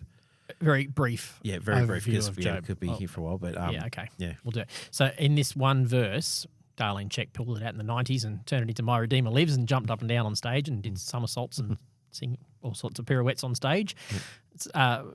But this one verse is a statement of faith in the midst of a dark time when he says he has a revelation that God will redeem in the end, and that even though he's going through all this and he's feeling all this pain and confusion and feeling like I've done everything right, why is this happening to me? He has this moment where he goes, okay, but in the end, God is going to bring peace. In the end, it's going to be okay. And then he shuts back down again. You see this the way Job is written. So let's just really give an overview of the book of Job, because it's a deeply misunderstood book. And I just said to Jimmy in the break between the chapters, I was thinking that we would do the whole book of Job next year, but I think from memory, as we put together our reading plan, which will be 5 chapters a week, we won't be doing the book of Job because just didn't fit in. It's a long thing and it would have taken up too much time.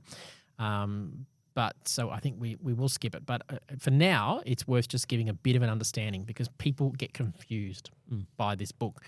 If you ask the average person what's it about, they say, oh, it's about suffering, which it is to a degree, but they come at it with the premise that the book is somehow going to answer the question of suffering.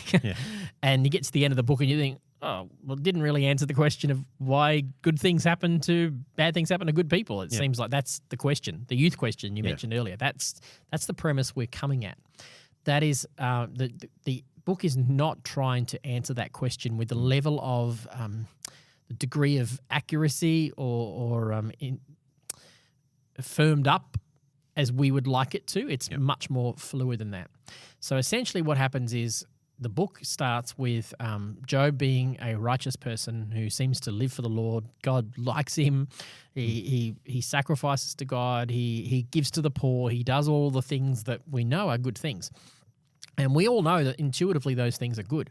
The problem we have is that we instinctively put Job on this complete pedestal, which he isn't really even on.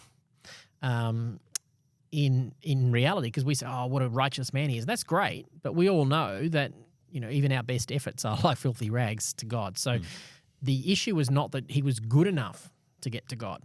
The issue was that he and his friends had a misunderstanding of what was required for a relationship with God. Yep. And they had this belief that that a good God plus their good lives should equal a good work should equal a good life. If God is good and I live good life, I do good things, I should have a good life. So along comes Job, who he believes in a good God. He's done good things, and now he's got a problem because he's suffering in life. And the whole book is this question of trying to unpack how can we not experience a good life if we have been doing good things and have a good God. And so Job's problem all the way through is, Lord, I believe you're a good God, but I've done good things and I'm not experiencing a good life. So he's constantly complaining to God, going, God, what have I done? I want to defend myself. I've lived a good life. Why aren't I've done good things. Why aren't I experiencing a good life? And he's wrestling. At moments he thinks God's not good because he knows he's been good, but he's just got this tension because he's assuming that his good life should guarantee his good work should guarantee a good life. Yep. And so the accusations of his three friends in one form or another that we see constantly repeated, and each of them gets like 3 times they accuse him, they have the same belief. And their belief is, well, God's good and your life isn't good. So you're not bad. Doing something good. Exactly. Yep. So they make up, I think it's Job 22, they start making up all these things that you must have done this and you must have done that. And the truth is Job hadn't done any of those things. Yep. So there's this formula and it's this wrestling with life is hard. So it's back to this thing that we've been talking about all the way through so far today in this podcast is that sometimes, even for God's people, life is hard. Yep. How do I wrestle with the fact that I'm not seeing a fullness that I think I should be seeing? How come I'm not living the abundant Eden life? I feel like I'm in the wilderness. Yep. I'm doing the right things and all that. And so that's the tension of this whole book all the way through. Now, what God ultimately will try to do as he wraps up the book in the later chapters is he will present a slightly different nuanced case on that. And that is that all of your good works don't guarantee a good life. What I'm more interested in, Job, is not your good works for good works' sake, but a relationship with you. Yep. And I would even posit that when God is baiting the devil in the earlier chapters and saying, go on, have a go at him, God is actually allowing the devil to do his worst for the purpose of correcting some of Job's theology. I don't think Job was perfect in some ways. I think he had this sense of, I'll be good enough and I'll avoid bad things happening. And God's trying to show him what we all know as Protestant evangelical Christians is that even our good is not good enough. Yep. What we need is a relationship and a reliance on the goodness of God and the trust in the ultimate wisdom of God, that even in hard times, God is still going to work in your life. And it's when Job comes to that revelation of that he experiences restoration, because now it's not based on his good works, but it's based on his trust in the goodness of God. Yep. Yep. So that's a framework to read the book of Job. Yeah. And you could see that Job was starting, or maybe not necessarily starting to understand what was actually happening, but you could see that Job's faith was starting to stand out. Yeah, in this moment. Is that even though that for 24 verses I've done nothing but, just pile on God and my family and my friends, that, you're all coming against me. But for me, I know that my Redeemer lives and he will stand upon the earth at last. It's just he's starting to see the real revelation of who God is and what's most important. Yes, not just what great. he's been doing on the earth. Yep. He was, like they said, he was a righteous man. He did all the great things. He did all the sacrifices. He did all these great things. But it was that, and he believed this, but it wasn't that he didn't believe it. It was just that he didn't necessarily. It was that slight correction is that it wasn't because of the good things he was doing that's why he was to believe these things. It was that he believed these things and therefore he was doing the good things. You got it. I think that's that whole faith the and reverse works thing. Faith and works, exactly. It was a reversal of that, and there was a little bit of this works-based mentality in his belief, which would have been common in that day. And we all have it. Early on in the chapters, when things go against him, because he says he used to offer sacrifices every day on behalf of one of his kids in case the kids had done something wrong. This sense of almost like I'm offering on behalf of works. And then he says when it all goes wrong, he says something like, my greatest fear has happened to me. And you get an insight into his heart. His heart wasn't really trust in God. It was trust in his goodness. It was trust that if I do enough and am a good enough person, that God will be obligated to bless me. There was fear in there. There was fear deep-seated in there. I need to be good enough to earn God's goodness. And not just for me, for my family. For my family as well. And so instead of having that trust that, that I love God enough that he's going to protect me and my family regardless of my situation. But while I am in abundance and while I'm able to, I'm going to do all these things to bless God. Yes, that's right. And other than this sense that it all ultimately comes from God. And so he's wrestling with this. This is a moment where the curtain goes back. He goes, he's even in the midst of his pain. He's still got this anguish of this sense of that there's a deep-seated faith in God there. And what we see in Job all the way through is an unveiling and a wrestling with some of this. It's really the book of Job is philosophy. It's how do we find meaning in life? So philosophers love this book for that reason. Whether Christian or otherwise, they love this book because it's a deep, rich philosophical book about the meaning of life and the meaning of pain in life and the hardship and all that kind of stuff. And so if you read it with that, and you got to avoid getting bogged down between about chapters 6 and 25 or something where it just is speech after speech. But it's all very, very dense poetry. But it is written as a philosophy book. To help people trust God. And in the end, this moment here, this is a moment. I wouldn't be surprised if there's chiasms in here that point to this moment, but there's lots of chiasms in the book of Job that point towards certain things. It's very dense poetry. But I wouldn't be surprised if this isn't a pivotal moment, that this is promised that no matter how things look, in the end, Messiah, the Lord, will stand upon the earth and he will right every wrong. He will bring justice. Which is the whole thing, our theme of peace. So, other than a little bit of confusing stuff in this chapter in Job, I think I'm pretty happy with those Isaiah scriptures because I think I've picked up the whole concept of peace pretty well with that selection. And I think it's, and then hopefully then, and as well, it's that and what people can struggle with is that you're balancing Old Testament and New Testament. How do you hold the Old Testament and the New Testament together? And I think that's where is that the themes that are ultimately of God are through the Old Testament and New Testament. The Old Testament isn't just this history that we use as a lens to view you through the New Testament, is that there are very great teachings that will then reference to the New Testament because the New Testament readers are going, that's where they're pulling from. That's their source material is that. So it's opportunity to then see, okay, the idea of peace, and we haven't really touched on it's Advent and the idea of peace is that, it's this foreshadowing of what is to come, the celebration to come. Pretty much, and the language of the messianic language and the foreshadowing of Jesus in Isaiah. Even in Isaiah and here in Job, the Messiah standing up, or the Redeemer Lord standing lives, upon the earth. Redeemer. That's all Jesus language. And so the idea of Advent then is that, the 4 weeks of Advent, the hope, peace, love, joy, that's in that order. That you come through, it's like the hope of what Jesus is going to bring, the peace that when he comes to the earth, the peace that he brings with him. The angels bring you good news of great joy and peace, and he will bring peace to the earth, and he's the Prince of Peace, Isaiah 9.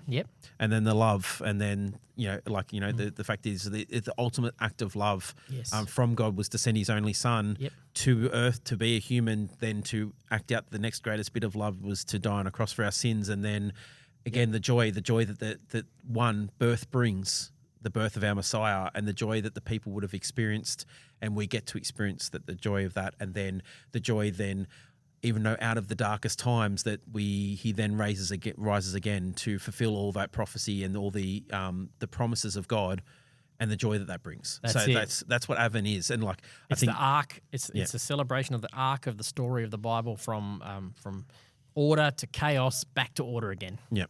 And so the 4 weeks, and hope we're in the second week now, is that preparation for that celebration at Christmas of the this ultimate act, which is the crux of the beginning of the, like, so you got the Christmas and then Easter, is that you've got this celebration of the life of Jesus being born, and all that entails in that. And this is this time where we set aside in Advent to prepare for that celebration, so that each year we get this opportunity to sit through these themes. Yep, that's great. And really get ready. And I think that Isaiah, and it's probably been perfect, Isaiah, and then this Job passage, especially with that verse 25, is really that perfect idea of peace, and prophecy is setting us up for the Messiah. For the Messiah. For the Messiah that we celebrate at Christmas. That's excellent. All right, that's a good thought. I like it. All right, we're going to head over to the New Testament now and into the book of Revelation. Revelation. No, that's going to be good. It's going to be fun.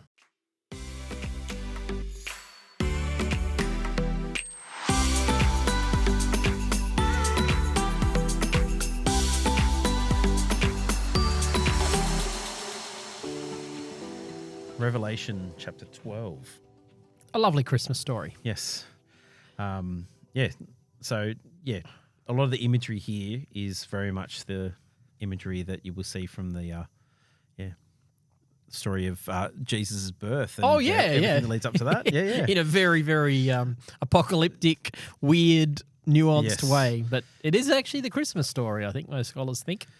Yeah, so it's a story of a woman and a dragon. So a woman who is pregnant, and then pretty much is chased by a dragon, and then goes and seek refuge, and God placed a section for her in the wilderness to be safe, and it's just this whole idea of, and then 9 months, and then it's not your typical nativity story, is it? No. Yeah, so if you don't stick this one in your front yard, people probably get a bit of a. That's a brilliant idea. Let's turn this into the nativity story with a dragon and a woman and a baby. Well, the irony of it is really the nativity story, just told differently. Yeah. Oh, that's funny. Put this in your front yard. Yeah, well, it's Christmas great, time, so I guess that's the so this one here, like that, and it's going to be the same through a lot of Revelation, and the ones that the verses we're going through, the chapters we're going through. Sorry, is that we're not going to be able to go anywhere near as deep as probably what some people may like. Oh no, that's right. Probably won't answer. Probably create more questions than we, and we'll probably more. just have to find it. We have to keep ourselves on track because there are way more. And look, I don't know the answers. That's what I said earlier on. I'm still very much on a journey, and there's so much rich imagery in this that everyone warrants a rehash back into the Old Testament and then read the chapters of the Old Testament to find out what the context is. So we can't do that. There's hyperlinks everywhere to it's just it's like, I suppose it's the beauty of Scripture is that you can't take it all in from one passing. No. Like, you can't just read through it and be like, yep, no worries, that makes sense. Maybe what we can do, actually, I'm just thinking out loud here, because maybe what we can do is with Revelation 12, we can do a little bit of this, and then we won't necessarily need to do it in all the subsequent chapters. Because Revelation 12 does a bit of this for us itself, when it explains who the dragon is and all that sort of stuff. So maybe we can if we do a little bit of that here, we can kind of put some tools into people's hands so that then they can go and do that themselves and look at the links to Old Testament passages and contexts and so on. Because it's so... virtually every verse of the book of Revelation takes you back into the Old Testament. Yep. So I would suggest that either you have a really good, if you're going to go through Revelation, have a really good study Bible. Yeah. That has all of the references to each of the different verses where each verse is pretty much linked to a different verse in the Old Testament or wherever. And it's also linked to a lot of first century historical understanding, like there's coins that represent Domitian, who was the Roman emperor, which is clearly referenced here. There's all kinds. There's references to Emperor Nero. It's not just Old Testament. It's actually stuff that made sense. I mean, it's actually the Book of Enoch, first Book of Enoch, which was very much shaped the first century Christian and Jewish thought. Even though it's not in our Bible, it's in the Catholic Bible. This is dense with references to First Enoch. So there's lots of references. A lot of stuff. So you have that there. Like, if you've got a chance to, obviously a quick way, if you've got whether it's the Bible app or you've got an online version, find one that has a lot of those tags. So for me, I'm looking in. So I've got a Bible software called Logos. Yep. There's actually a free version of that which you can actually view online. So I haven't actually dived into that because I've a long time ago I got the paid version, and you get to keep it forever as well. So and you from there, like say NIV has all of the little hyperlinks. So where NLT and NRSV and a couple of others didn't have a lot of those. So if you get the opportunity, like I wonder if the NIV might have it within its regular book text as well. I'm not sure. Yeah, I would say as you read the Book of Revelation, and especially those of you who have been raised on Left Behind, probably put that aside for reading the Book of Revelation. It was one view. Nothing wrong with recognizing it as a view that's worth investigation. However, when it comes to the Book of Revelation, and I was actually looking at this just in preparation for this podcast, and I just thought, I'm just going to see if I start typing in Book of Revelation and see what comes up. Almost exclusively, you will get in YouTube videos, you'll get teaching from American church pastors who are teaching the Left Behind dispensationalist view. And that's what I learned in Bible college. And they're teaching it like it's the only way to interpret it. And that's what I learned. So now I'm in the process of going, okay, I can't just do that because most of the American church has taught this view doesn't mean historically it's been the most common view and way to interpret Revelation, and it's not. So I'm forcing myself to search for, quote, non-dispensationalist view, just other perspectives and ways of interpreting the Book of Revelation that fit with other contexts other than just the one that most of Americans and therefore lots of Australian Pentecostals and evangelicals have been taught. Yep. I'm not going to say, not telling you what you should or shouldn't believe on this. I'm just saying be open to other perspectives. And as I have done that, I've come to realize that my view was quite narrow-minded and somewhat arrogant to think that suddenly the book is to be totally understood in my context. After 2,000 years, suddenly I'm living in that time of the end and it's all happening now. I hear that all the time from people in the church. Oh, this is the last days. And, but I like to ask a few more questions now, and rather than just acknowledging that, why do you think this is the last days? And often it'll be linked to some kind of dispensationalist understanding of the Book of Revelation, which really I'm less and less convinced is the accurate one. So helping people go, okay, let's look at it in its context. What was it saying? And there are a few different views. I did say this with Becky. Before we get into it, I said this with Becky Babington a few months ago when we last touched on the Book of Revelation. But there are some different ways of interpreting it that have existed throughout time. And the dispensationalist view, or the premillennial, pre-tribulational view, the Left Behind view, is a new one. It's not. It's only the last couple of hundred years that it's been there. There is an amillennial view, which kind of just says that they see. Here's what ChatGPT gives us the explanation for them. Well, actually, I'll stick to what it says here. It says the preterist view interprets Revelation as describing events that were contemporary to its first century audience. Preterists believe most, if not all, of the prophecies of Revelation were fulfilled in the early centuries of the Christian era, particularly events like the destruction of Jerusalem in 70 AD. So there's this sense of, it was all happening place. So like a historical. It's an historical account. Yep.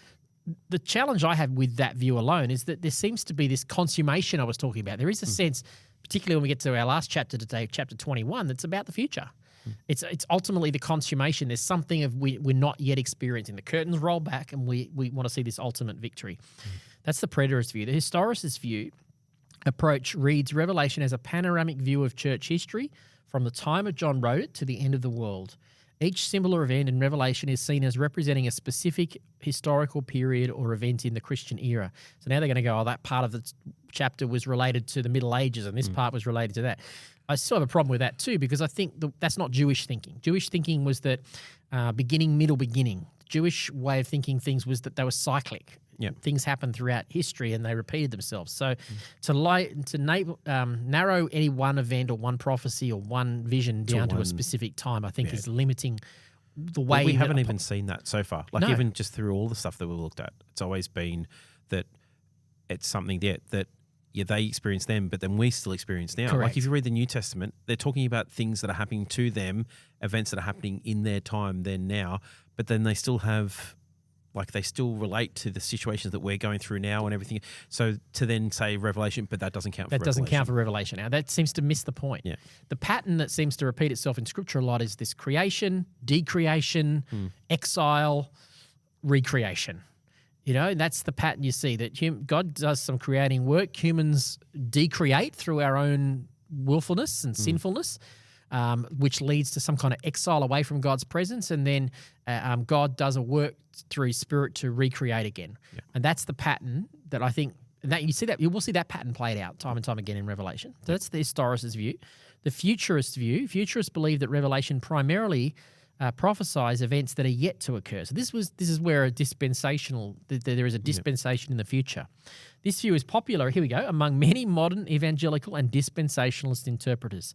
They often see the book as a detailed forecast of the end times, including the rapture, the tribulation, the second coming of Christ, and the final judgment. So the whole thing is really just some kind of futurist timeline of prophecy.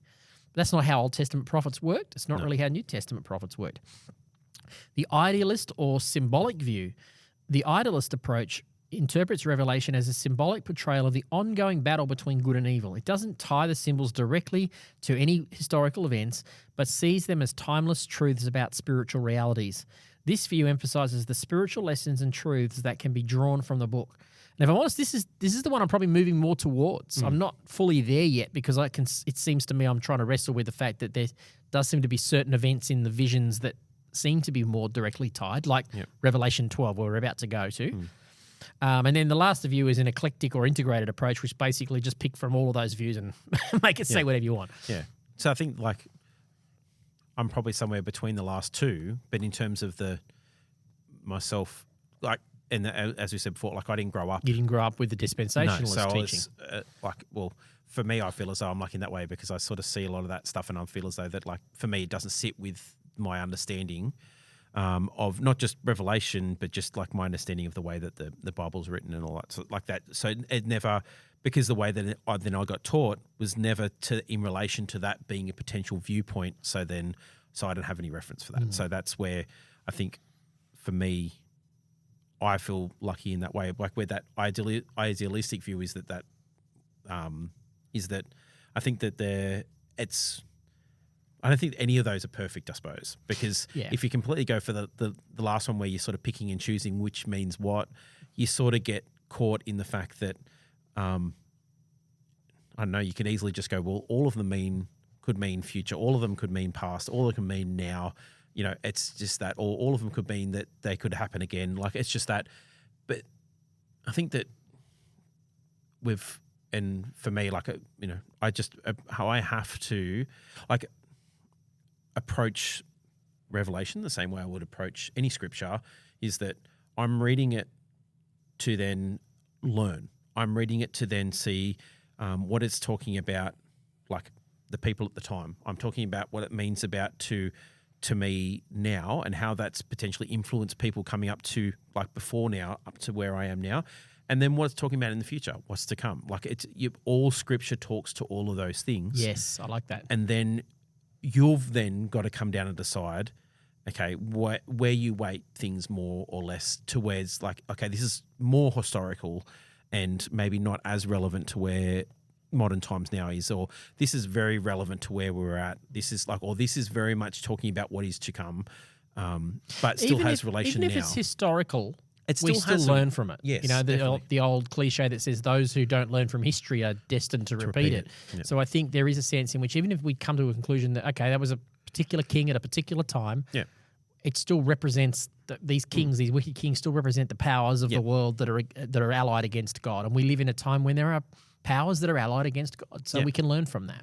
And so I think that's I think that as like, you know, Rohan openly said, like growing up and learning, like even at Bible college, the dispensationalist view is that, you know, and him working through that process of learning or unlearning that, or just really like recalibrating where it is that he feels though that more truly sits to what he thinks is a true representation, what the writers are trying to get across, is that no matter where you're sitting now, listening to what we're babbling on about now, and then going to dive into a little bit, is that just because where you're at now isn't necessarily right or wrong, but what we're probably asking, and what we will continue have asked and will into the future, is that you don't just hold on to something and just view it in that way. Yeah, Is it that becomes a you're- lens, especially with the book of Revelation. It's a lens that we read everything through. Yep. We've started with a filter which is potentially flawed to start with. Yeah. Yeah. And that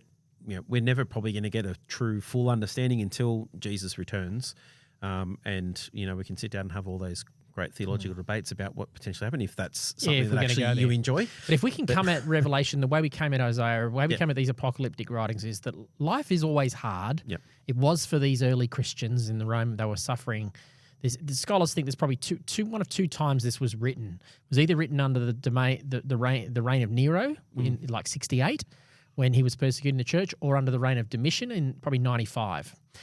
But two times when John wrote this, when there was severe persecution, and the Christians, just like the Jews of the Old Testament, were thinking, well, how are we going to live under this persecution? Life is hard.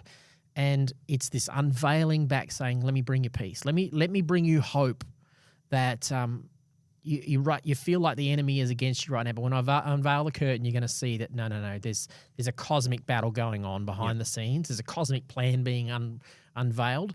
There's scrolls which have got God's word written on it, and those are sealed, and no devil can take those away from God's plan. God's plan will be accomplished. Stay the course. Yeah. And it becomes a pastoral encouragement book. Doesn't mean it's going to be easy. You still will face hardship and trials, but there's a hope that in the end, God will right the wrongs. Yeah. And there's a reason why these fall under the peace. Yes, intentionally put them in there for that reason. It's Is it- supposed to be peace, Yeah. which is the opposite of what Most people feel everything when with the they come Revelation. to that. Yeah. Yeah. Okay, so that is Revelation. So that's the overview of sort of what we're going to be looking at today. So sit back and enjoy the ride as we go through the next few, I think. We'll see how we go. And we'll try our best to not get too distracted and not go down too many rabbit holes. But at the same time, at least start picking at some of the things in there that jump out, and then at least start you on the journey of really being able to go through. We'll work our way through Revelation 12, and we'll just do it. We'll pull out a few things that I won't go digging too hard. You've got your NIV Bible. You might find some cross references there. Yep. But we'll just talk our way through this as a means of helping people understand how they can study it themselves. Yep. All right. So we said early on, obviously that So this is a bit of that. It's the Christmas story. Yep. Just a different version of it. Yep. And it starts with then. So these again we go then means chronological. No. This is just this is the vision order he's seeing the visions. Yep. So it's this is the next vision that he saw. Yes, correct. Not necessarily the next. Doesn't necessarily mean the chronological order. No. In fact, it can't be, because this is now going to talk about something that was clearly earlier. Yep. So it's going through, and I think, I suppose, the thing that I'll probably want to point out is the first thing about what the dragon is signifying, which it talks about in verse 9. Yep, verse 9. The great dragon, the ancient serpent called the devil or Satan, the one deceiving the whole world, that's who the dragon is referring to. Yep. If you read through this already and you didn't know that, that's a good simple, where he's actually brought it up to the surface Yep. and explained to you what the dragon is. Yep. Whereas lots of other stuff won't be explained; it'll be implied. Yep. And you need to go and find search for yourself. So what was it then? What was it? That was verse 9. Verse 9. So he's explaining here this great dragon, the ancient serpent. Hello. Yep. Where was the ancient serpent? Yep. That's the serpent in Genesis In the chapter garden. 3 in the garden. Yep. Called the devil or the Satan, the Satan. Yep. It's not a title, it's an office. Yep. The accuser, the one who deceives the world, Yep. was thrown down to earth. So, okay, now we're talking about a spiritual being that was in the garden, that was instrumental in the deception of the world. That one who seems to rule over the world, Yep. that one is the one who was thrown down to earth. Yep. Overthrown. That's encouraging right there. Yeah. Yeah.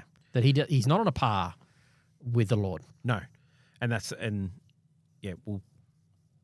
That'll continue to get revealed, I think, through most of Revelation, is that, Yes.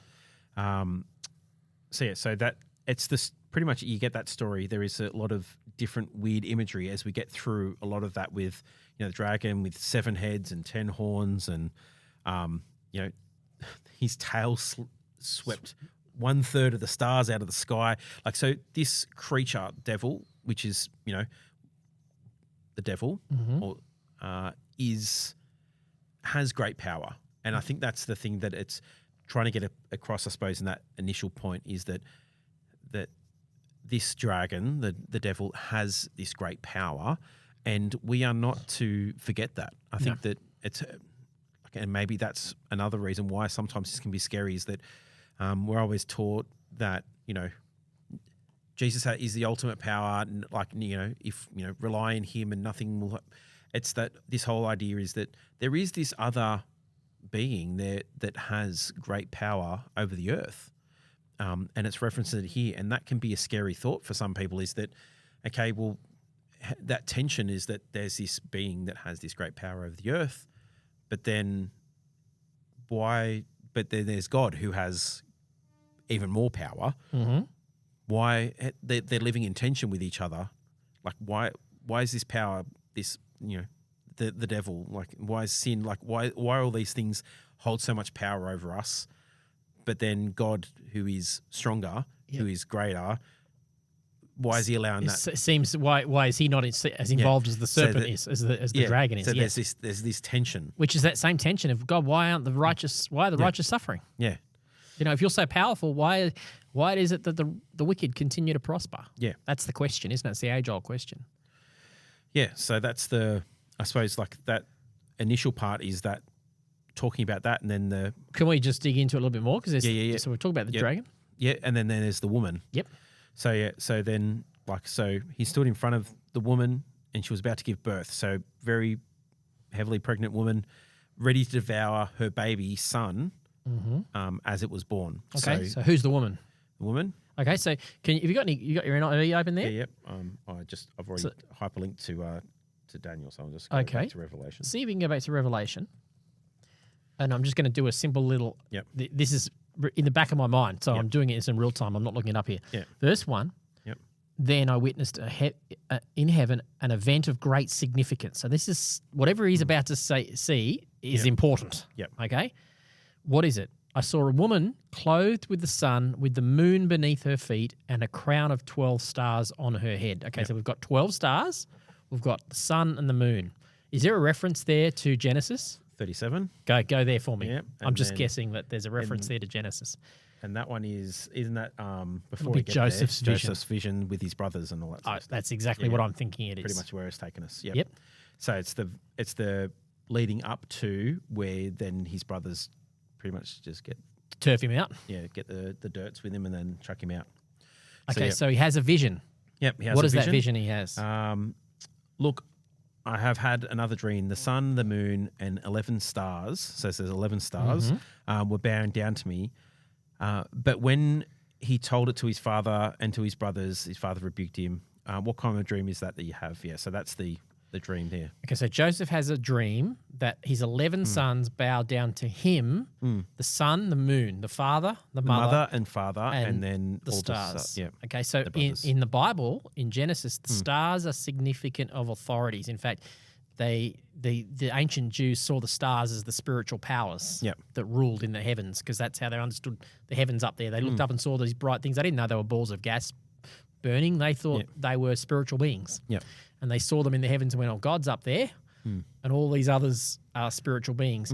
So this becomes, this hyperlink back to Genesis 37 is Joseph talking about Israel. Yep. He and his brothers are the 12 tribes of Israel. Yep. So this woman is Israel in this context. So then I witnessed in heaven an event of great significance. I saw Israel pregnant. Yep. And we go, okay, Israel pregnant. Where do we see a story of pregnancy? Can you go to chapter 2? Is there a link to Genesis chapter 3 there? Give birth? No, it's not referencing it directly in here at the moment. Yeah. Here's where I think it's going. It's a hyperlink back to Genesis chapter 3 in the garden with Eve. And it's saying, your seed will crush the seed of the serpent, because we already know that there's going to be a link to the serpent in a minute. Yep. So this is the promise about the seed, the child of the woman. So we've got a child of Israel, which the Israelites saw as the Messiah, the one who would come, who would rescue them. We've got a promise all the way back to the child who would come from the woman, Yep. who would crush the serpent's head. We're going to see that played out in a minute. So we have this cosmic battle being played out that references Genesis 3, Yep. where the Lord says to the woman, there will be a seed that will come from you, the serpent will bruise his heel, but he will crush the head Yep. of the serpent. So this here is a picture of this Messiah, this one who would come, that was prophesied in Genesis chapter 3, right back at the start of the Bible, one who would come, who would defeat the serpent. Yep. So that's the picture we've got here. It's a Christmas story. Yeah. Really, it's the Christmas story, because Jesus is that seed of the woman. Yes. Galatians makes that clear. Actually, I think it even references Galatians in there somewhere. It probably as well. does, does it? Any other references in there that I'm missing? Everything seems to be either there's a little bit of just other verses in Revelation, but then also I saw Galatians pop up. There was also Daniel in verse 4. It's a reference to Daniel in Daniel 8. The stars flung out. He swept a third of the stars out of the sky, sort of thing. And where's that in Daniel 8? Daniel 8 verse 10. We'll spend a moment on it, because this is just helping our listeners to understand how to do this. We won't obviously be able to do it with every verse, but That's right. just how you do it. Daniel 8 verse 10. So just trying to see if we can get context. Oh, and this also talks about the one with the horn. So Yes, horns. So I'll go from verse 9. So out of one of them came another horn, a little one which grew exceedingly great towards the south, towards the east, and towards the beautiful land. It grew as high as to the host of heaven. It threw down to the earth some of the hosts, so the heavenly hosts, and some of the stars, and trampled on them. So that's the reference there. So this is a reference to Daniel having an apocalyptic vision himself, that John is experiencing the same, or a variation on the same vision. Yep. And a horn is a symbol of authority. And you're going to see horns and crowns here. So this is a reference to the kingdom. So talking about a horn spreading out to the north and the south and the east and the west. Yeah. You know, you can dig into who that horn represents and whether that horn represents Alexander the Great or one of the descendants of Alexander the Great or whatever. That's all valid study. We're not going to do that now. But the point being that it represents the kingdoms of this world that will spread out and bring their authority, trying to put their wicked authority upon the earth. Yep. But there's this promise all the way through that there is one who will come who will reign with godly authority. That's Matthew. So then it references in at the end of verse 4, so that it might devour her child. That's reversing back to Matthew 2. That's Herod. Yep. Who wants to devour the child. So we're still in the nativity story here. And the dragon here is being allied with Herod. Yep. How can the dragon be Herod? Herod's a man, the dragon's a spiritual being, because there comes a point at which when the men of this world, when the women of this world, when they ally themselves with the dragon, they become one with the dragon. Yep. So Herod is really the dragon in the flesh in this story, and he is seeking to devour the baby, seeking to devour Jesus. And that's the whole story of the slaughtering of the innocents in Bethlehem. Yep. And, of course, how did they escape that? God told Joseph to go to Egypt in a dream. Which is, we referenced earlier. So, so it keeps going through references to Psalms when talking about we'll rule with the nations with an iron scepter. Yep, that's a direct reference to Psalms. Yeah, Psalm 2, verse 9. So later in verse 5, and her child was snatched up. Again, so that's Acts 8:39. When they came up out of the water, the Spirit of the Lord snatched Philip away. So it's using that same language. That'll be the same concept. Yep. I think there it's the eunuch. It's probably with the eunuch. Yeah, I think probably the picture is that it's referencing God protecting the child Jesus in Egypt while the dragon was doing his best to destroy the Messiah in Palestine. Yep. So it's this protection thing. It's a direct link to the nativity story. And where God has prepared a place to care for her for 1,260 days. Or time and half a time, it says in other versions. Time and half a time, and I think it then references that again later. It does a few times, I think.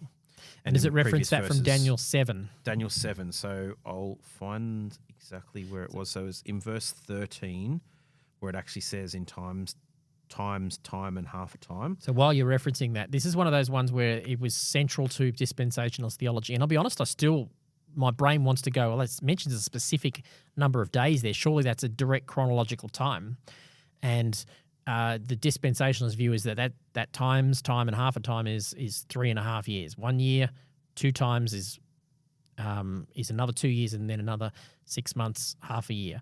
And so that is where this belief of the 3.5 years of great tribulation comes from. It's a specific time. And it seems to be referencing it as 1,260 days there, which is equivalent to 3.5 years. So it seems very definitive. And my brain goes, because of my left brain, I go, how do I make that non-literal? In my brain, I want to think that as a literal period of time. But as is the case with lots of biblical numerics, through the reference to, we just did reference to 12. Yeah. The 12 stars was not literal. Yeah. The reference to 12 is a governmental, to a Jewish thinker, 12 is a reference to governance. So there are 12 tribes of Israel. Jesus chose 12 disciples. It's this governance model. So this 1,260 days doesn't necessarily mean a literal period of time. It means a period of tribulation. And that comes out of Daniel 7. Yeah, Daniel 7. So it's referencing to verse 25. And this is again another piece of apocalyptic writing. Yep, very much so. Which is then a lot of this imagery that is in Daniel 7:20, just in Daniel 7 in general, is through Revelation. Some of it is where we are here. And so, but where it's pulled that from is 25, wasn't it? I Yeah, think? verse 25.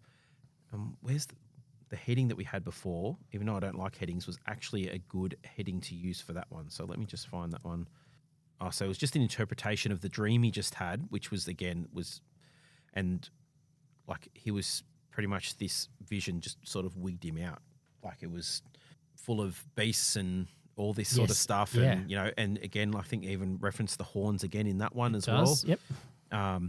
So in verse 25, he will speak again, the Most High, and oppress his holy people and try to change the set times and the laws. The holy people will be delivered into his hands for a time, times, and half a time. So I think when we were talking about it before, it's talking about it's more of a period of time of oppression or a time of persecution. Yeah. It's actually probably quite similar to that passage we did at the end of Isaiah where it said, come away and I will protect you while I bring judgment on the earth. I think that's the thing, is there's going to be persecution, there's going to be hardship, but I'm going to protect you in the middle of that hardship. While my judgment and justice is being exacted upon the unjust, I will protect you. And I think that's what the promise is here. And so if we go back to Revelation 14, which is where it specifically references time and half a time, but that whether it's spoken out as 42 months or 1,260 days, it's referencing the same sort of understanding it, that for a period of time, and they're using that as a specific reference there. So this in verse 14, the woman was given the 2 wings of a great eagle so that she might fly to the place prepared for her in the wilderness, where she could take care of where she will be taken care of for a time, times, and half a time out of the serpent's reach. So it's this idea of being taken away. There's a time of persecution. There's this time where the serpent will reign. And yet the child is being protected. Yep. And the child and the woman. And the woman. Yep. Yeah. So the woman being Israel, God's people, being protected. I wonder if is there a cross reference to the eagle's wings? It's probably Exodus 19. Oh yes, because it describes the Exodus as I carried you on eagle's wings. Yeah. So verse 4, you have seen what I did to the Egyptians and how I bore you on eagle's wings and brought you to myself. Okay, so now this is interesting. They were brought out of Egypt on eagle's wings. The Christ child is being carried back to Egypt on eagle's wings Yeah. to protect the child and the mother and the father, Joseph, from the dragon's work in Palestine. Yeah. So there's a direct reversal there, a reference to eagle's wings. So this is definitely interesting. I actually also wonder if the 3.5 years, this is live chat here, I actually wonder if the 3.5 years may have a literal aspect to it. Not saying it's not exclusively literal, but I wonder if that's something like the amount of time that Jesus spent in Egypt. Yeah.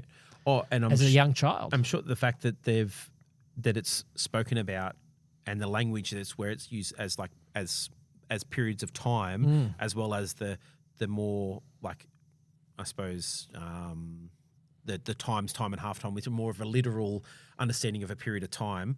But then they've actually used it as 42. I think in verse 11 months, uses 42 months and 1,260 days, as well as it's used as 1,260 days in verse 12, in verse 6, in chapter 12, verse 6. So it's the whole idea that it's it's like we were talking about before. It's probably referencing a literal period of time, but it's referencing that as, but they're not saying that. But this not exclusively is that. Exclusively that for this situation. So it's not saying that in 3.5 years or 42 months or whatever that this is what this period of time is. No, it's developing it beyond a literal time into it's building off a of theoretical meaning, a deeper meaning of persecution and protection. Yeah. Yes, I think that's how we have to view this kind of stuff, which when you think about it is probably how all imagery in artistic writing or artistic work over time has developed throughout history. Yeah. Something tangible has happened, physically happened, but as it's been discussed and developed, it's gone beyond just the literal event to become a symbolic. That event is a period of time or piece of armor or the sword or whatever it might be. Yep. Whatever the thing that's being depicted is, it's come to represent more than just that thing. Literal. Well, we have that in. We do that all the time. All the time. Yeah. So like something's a stone's throw away. That's right. Things like that. Like just there's so many things that we use in our language, which something brings on a meaning more than just the literal. That's right, and I think that's how this needs to be read. That we understand that even if it is literal, it's come to represent more. That's great. Yep. I think so I'm going further down, and the next part is probably that end of chapter 12, where it talks about so verse 16. So the serpent is chasing the woman. Oh, sorry, the serpent out of the serpent. So he's gone from a dragon to a serpent, like the interchangeable. Same thing. As we record this late November 2023, the Bible Project have been doing a series on the dragon in their podcast pretty much since the middle of the year. Dragons in the Bible. Yeah. And it's deep and it's complex. And, have you been listening to any of it? I've listened to some of them, and I've just I've had probably one of the most deep, confusing. I'm sitting with John Collins going, where is he going with this? But it's so rich in imagery around the chaos dragons and serpents and how humans become that. And it's all through the literature of the Old Testament. They had a dragon theology, which we pick up here in the book of Revelation. It's quite foreign to us. We just think of dragons as medieval, myth, but it was very much deep in their theology that dragons represented, the serpent represented evil, represented death and chaos and everything that was anti-God. Yeah.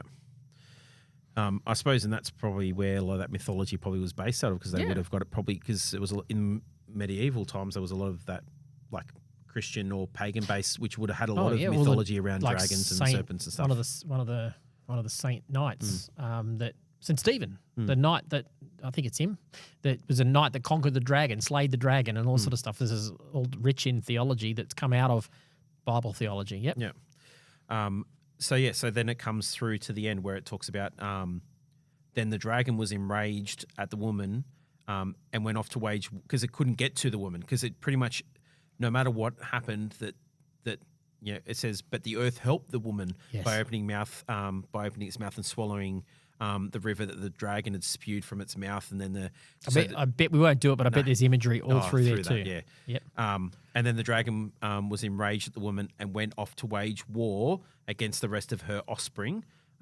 So pretty much, that is in reference pretty much just of, that's a Genesis hyperlink. So that's Genesis 3. Yes, that's that I will bring enmity between the woman and your offspring. Between your woman, between exactly. your offspring and hers. Yeah. Strike your head and you will strike his heel. So to a people who are suffering as of the seed of the Son, as Christians who are the children of God, that offspring, yep. They're the offspring, they're suffering. Yep. And this is an understanding, what's really going on here is that there's a war taking place. Yep.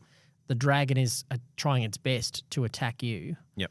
And it's going to go on and develop that and go, that's what you feel like right now. But hang on, just bear with me, because in the end, the story, the dragon's not going to end too well for him, but it's going to end well for you. Yeah. That's the story. Yeah. And then it just finishes off, those who keep God's commands and hold fast to their testimony about Jesus. So that's who the offspring are. Those who keep God's commands and hold fast to the testimony of Jesus.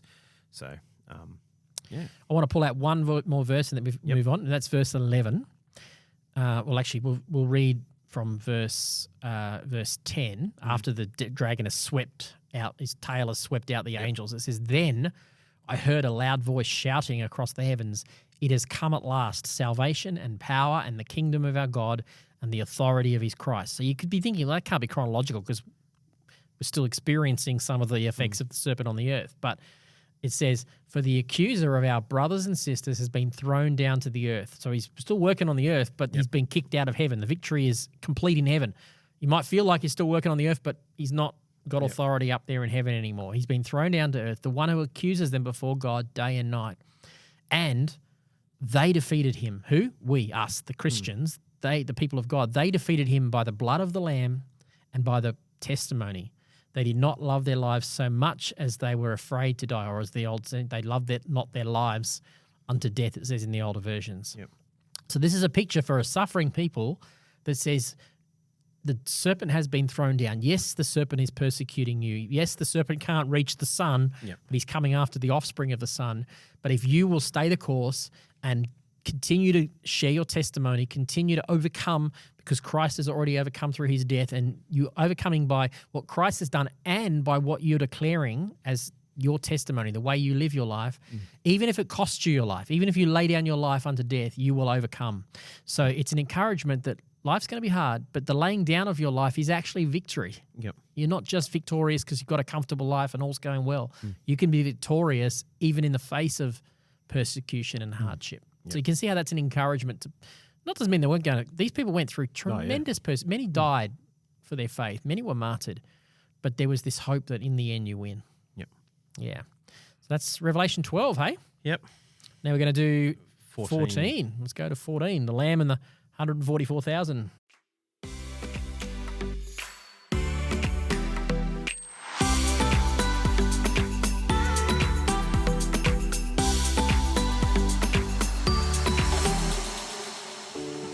Okay, Revelation chapter 14. And because we're not here trying to break the Bible Wait What podcast record of... Sorry, that still stands with Jeannie. Yep.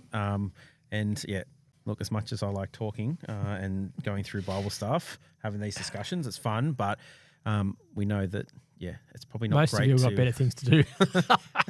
So what we're going to try and do for not just this chapter... Except for Marnie. Marnie listens every week. Thank you, Marnie. Shout out to Marnie. Is that we're going to try and just do a bit of a flyover for each of the verses. Each of the chapters, and look at the chunks of verses that are sort of here and the little stories that they have sort of inside that. So we won't go as in depth and go into the Old Testament stuff. We'll just say, this references the Old Testament and just sort of work our way through to make it a little bit quicker and a bit more. We've already said, get yourself a cross-reference Bible and spend the time on it, and we'll do it more depth next year, but just for the sake of time now. Yep. So first section, the first 5 verses is talking about the 144,000 and the Lamb, which is Jesus. So the 144,000. So again, this has been talked about before, and I know that people think the literal 144,000. That's all that's allowed in heaven. That's it. There's 144,000. Yep, Jehovah's Witnesses believe there's 144,000. The Left Behind theology thought there was 144,000 Jews that were saved during the tribulation, had a mark on them so that they wouldn't die. Yep. That's what they took it literally. Yep.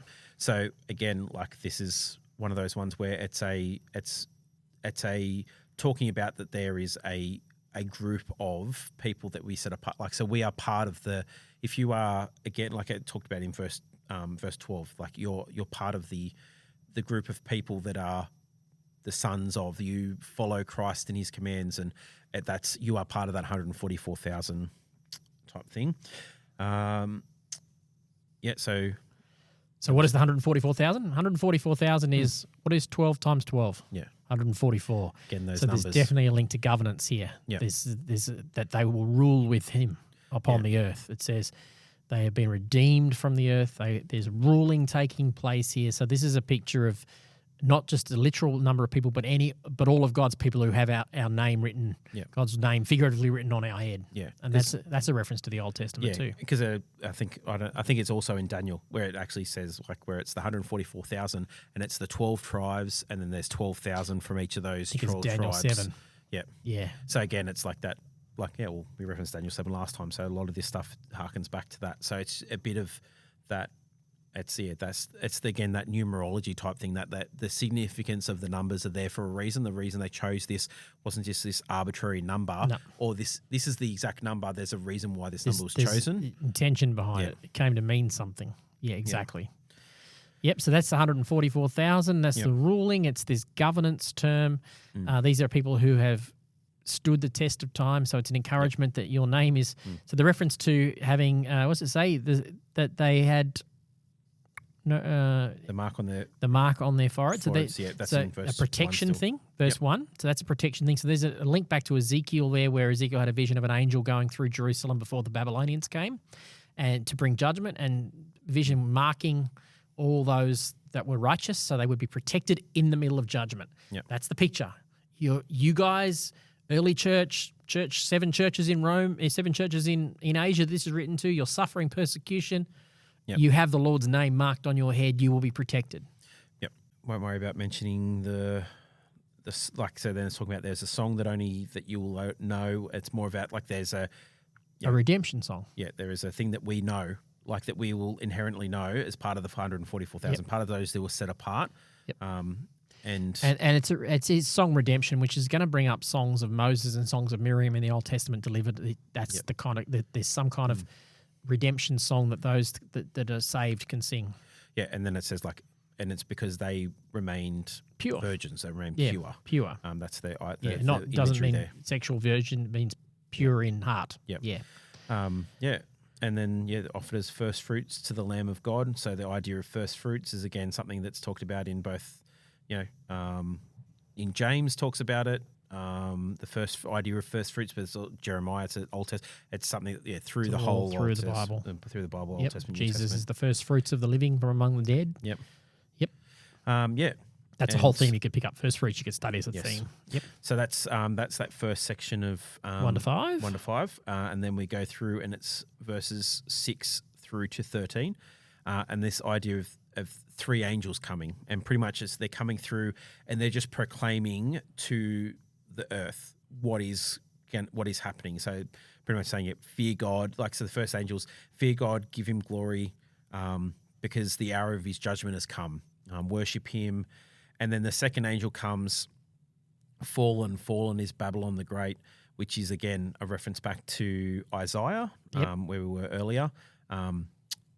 Which made all the nations drink, and then pretty much fall into adultery. So Babylon is another one that is a literal place, but comes to represent all the powers of the earth that are allied against Moab, God. when we talked about similar before. to Moab, and it comes from Babel, where there was a symbol of human. That's what Babel was. The place where they try to build a tower to become like God, and it symbolizes all the nations that become like God. At the time of this being written, Rome is Babylon. In fact, Peter will write in his letter, the children here in Babylon send their greetings. So Paul actually calls Rome Babylon. Yep. So that's the picture here. They understood, Rome, the Roman Empire, that's Babylon. Yep.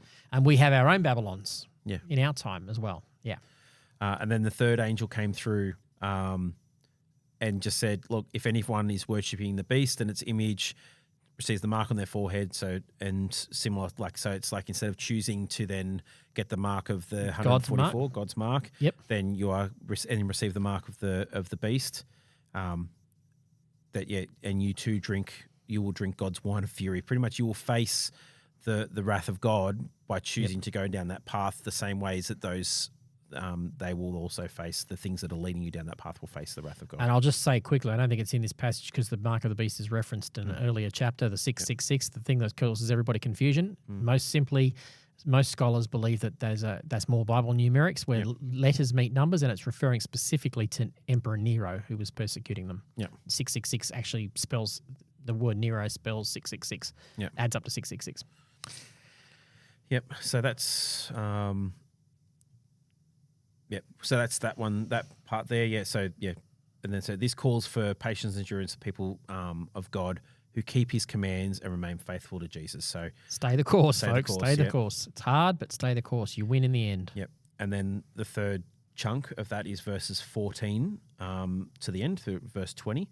And it's, the earth and the winepress imagery. So again, a lot of hearkening back to Daniel again.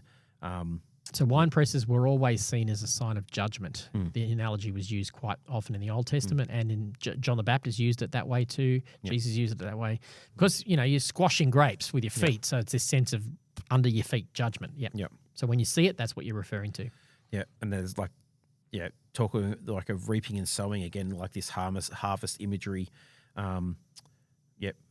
Of the, because it's talking about take your sickle and reap because the time to reap has come, for the harvest of the earth is ripe. So it's it's again talking about like all this imagery of coming down of the.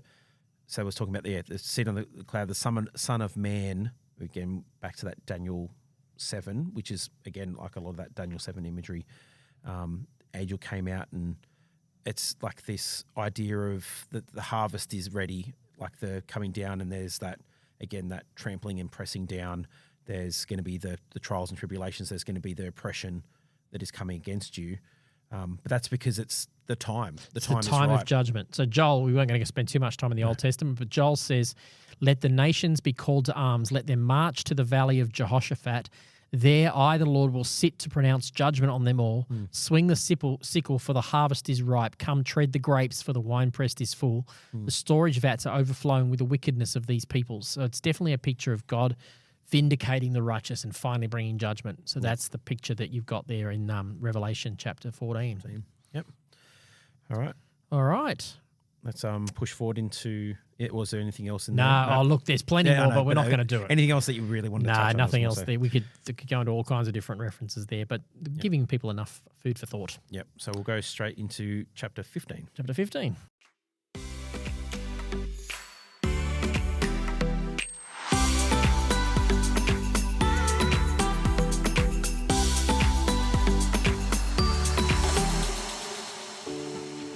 Okay, here we go. Chapter 15. We're going to do 15, 19, and 21 in 30 minutes. Yep. Let's do it. Your complete guide of Revelation in 30 minutes. All right, here we go. Needless to say, we'll be skipping a lot. So, but I think we've given enough. I think enough to at least wet that start the process for you to work through some of that Revelation stuff. And as Pastor Ron said, we'll be looking at Revelation again next year. So hopefully I'll know a bit more about it then. So first up, so it's the song of, it references Moses and the Lamb. So I'll probably just hand it straight to you so you can jump straight in. Okay, well, first of all, they see this vision of 7 angels and 7 plagues. We won't go into all the last plagues, but plagues is definitely a reference to Egypt. And anytime you see plagues, that's the judgment of God. You've got to be thinking about the judgment against the Egyptians. So the Exodus story. There's a lot of similarities between Exodus here. The number 7 repeats multiple times. There's you'd be surprised how many times 7 appears in John's Revelation. Clearly, it's an important number, that number of completion and fulfillment. It's all over the book of Revelation. 7 angels, 7 plagues, 7 seals, 7 trumpets, 7 everywhere. Yep, it's all over the place. Which is the picture is you're supposed to get out of that is that it's a completing thing. This book is consummating God's plan That's what it is. It's the fulfillment of God's plan, hence the number 7. Now, as they were redeemed, they were singing the song of Moses and of the Lamb. So the song of Moses is a reference to Exodus 15, which is the song they sang after they were delivered through the Red Sea. I will sing unto the Lord, for he has triumphed gloriously. The horse and rider he has hurled into the sea. This song of deliverance from the powers that were oppressing them. And they call this song, Great and Marvelous Are Your Deeds, Lord God Almighty. Just and true are your ways, King of the angels. Who will not fear you and bring honor to your name? For you are holy, and all the nations will come and worship before you, because your righteous acts have been revealed. So there's this reference to this deliverance psalm, this deliverance song. Now, I wanted to just pick up on the Lamb, because we kind of all know the Lamb of God is Jesus. But the Lamb is depicted in a very specific way in the book of Revelation that we don't see necessarily elsewhere. It's definitely to do with this picture of this slaughtered lamb. But the first reference to Jesus as the Lamb in Revelation, the book of Revelation, comes in Revelation chapter 5. I'll just go there because it's important, the way that it's depicted. So John sees this vision of heaven, and there's this scroll which represents the wrapping up of God's history, the deliverance. The scroll there in verse, he says, I saw a scroll in the right hand of one who was sitting on the throne, and there was writing inside and outside the scroll, and it was sealed with 7 seals. This picture of it was sealed. It couldn't be tampered with. The 7 seals just mean completely sealed by God. And I saw a strong angel who shouted, who is worthy to break the seals and open this scroll? Who is worthy to bring what is written in this scroll to pass on the earth? No one in heaven or on earth or under the earth was able to open the scroll, even the Lord himself. Why is that? Well, it's because it's the scroll that represents humanity's history, and God had partnered with humans, and even though he was bringing everything to part, he could have brought history to its fulfillment on his own, but because he willingly limited himself to work with humans and partner with them, it needed to be a human that would complete the plan for humanity. And so John begins to weep because no one is found worthy to open the scroll and read it. But one of the 24 elders says, stop weeping. Look, the Lion of the tribe of Judah, the heir to David's throne, has won the victory. He is the one who is worthy to open the scroll and its 7 seals. So the serpent says to John, look, the Lion of the tribe of Judah, the lion. So you can see John's about to look, and he's expecting to see a lion, which is a reference to Genesis, the Jacob's prophecy about Judah being a lion's cub, this one who would reign as a lion. And it says in verse 6, then I looked and I saw a lamb, looked as if it had been slaughtered, and it was now standing between the throne and the 4 living beings and the 24 elders. He had 7 horns and 7 eyes, which represent the 7-fold Spirit of God sent into all the world. So he was expecting to see a victorious, conquering, regal lion like C.S. Lewis's, what's his name? I know you got me as well. Got me too late today. From Narnia. Narnia. Yeah, everyone will go, duh. But anyway, you're expecting to see, I got Simba in my mind. It's not Simba. What is his name? You'll think of it while I'm talking. Yeah. And he's expecting to see this lion, and as he turns, instead of seeing a lion, he sees a slaughtered lamb. Jimmy's looking it up. Yeah, I'm gonna look it up. Can't believe we're not remembering it, but that's where our brains are working late in the day. So he's expecting to see a regal lion. He sees a slaughtered lamb. Come on, Jimmy. Aslan. There we go. Oh, so he's expecting to see Aslan, and instead he sees a slaughtered lamb. And so this lamb is this one who's conquering is not conquering through his ruling and reigning and his victory and his authority. He's conquering through the fact that he surrendered and gave up his life. That's how the lamb is depicted all the way through through the book of Revelation, which is important for us as Christians reading it, because the people reading this are suffering persecution and hardship and giving up their lives and being martyred and shedding blood. And he's trying to say, that's the way to victory. Yep. Just like your Messiah was conquering through his giving up his life, so you conquer through giving up your life as well. Yep. So that's probably enough out of Revelation 15. Yep. Even though I spent most of the time in Revelation 5, it helps to understand that. So we're moving towards the end. We're going to go jump to 19 to now. chapter 19.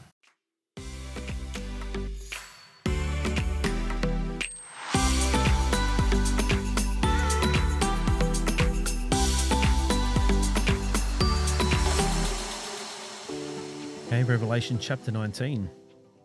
Okay, so there's two sort of chunks to chapter 19. So the first 10 verses are a song. Referencing a song. Referencing a song. But it's the triumph over Babylon, like the fall of Babylon. Yep. So we've already established that Babylon comes to reference the kingdoms of this world allied against God. And immediately prior to this, in the end of chapter 18, we've seen the finality of Babylon's doom, this overthrow of this. So ultimately, this is referencing the final overthrow of Babylon, not just the mini overthrow along the way, but the final, in the end, Babylon is defeated. And then after they see and witness this final, remember this is an apocalypse, this is a peeling back into eternity and seeing the ultimate overthrow. And it says there was a great multitude shouting, "Hallelujah, salvation and glory belong to our God, for he's true and just are his judgments. He has condemned the great prostitute who corrupted the earth by her adulteries. He has avenged the blood of his servants." Again, they shouted, "Hallelujah, Babylon is overthrown. Her smoke goes up forever." So it's this song of praise that in the end, the kingdoms of this world, well, it says earlier that they become the kingdoms of our God. The kingdoms of this world are overthrown. So there's this beautiful picture of victory. Yep. And it's sort of like, if you can imagine it as like on a stage play, and the curtain is pulled back and they're suffering. The curtain's pulled back and then there's a giant choir of saints singing about we win in the end, I think is a good way to view this. Someone should draw that. Yep. I'm sure someone probably has. Yeah. And again, the whole thing is just sort of laced with different imagery and different, like the 24 elders and, just the linking back in and out. So 24 elders is 2 times 12. It's usually a sign of governance again. It's the governance, probably a lot of people think it's probably the 12 tribes and the patriarchs of the Old Testament and the apostles, that kind of mentality, old and new. Yeah. So just a lot of jumping around and New Testament, Old Testament references. So that's a lot to dive into there if you want to, and just great imagery as part of that. There is an artist many years, probably 30 years old now. You can search revelationillustrated.com, and this was a lady who made an attempt to put a lot of these images into artwork. Quite fascinating to look at. Just search revelationillustrated.com, you'll see them all come up. Yeah, it just gives you a picture of what John was seeing. Yeah. All right, and then in the second section, so this is verses 11 through to 21, so the rest of that chapter there. It talks about a heavenly warrior, this rider on a white horse, and they're defeating the beast. So this is, again, like it starts off with this rider on a white horse who's called Faithful and True, where he wages justice, he judges and wages war. His eyes are like blazing fire, and his head has many crowns, and it's just this. And then the one which we spoke to, but we actually spoke about this, did we, or was this an off when we were talking about earlier about the robe? I think it might have been off air, but we might have referenced it. I can't remember whether we were on air or off air. In Isaiah, we've been having a few conversations in between chapters with this one, so we can try to keep it on track.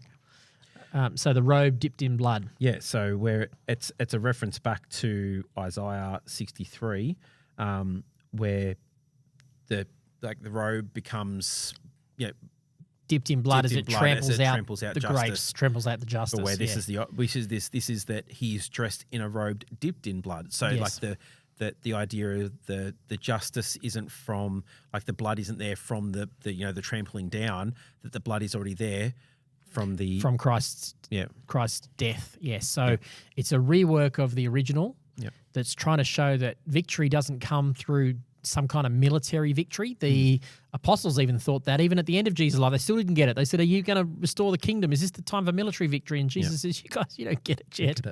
You don't get it. That's not how it's going to work." And he overthrew not through military victory, but through giving up his life. It's an upside down kingdom, and that's what this picture is saying: is that he overcomes because of the fact that he has already given up his life. Revelation 12:11, we said it a little while ago.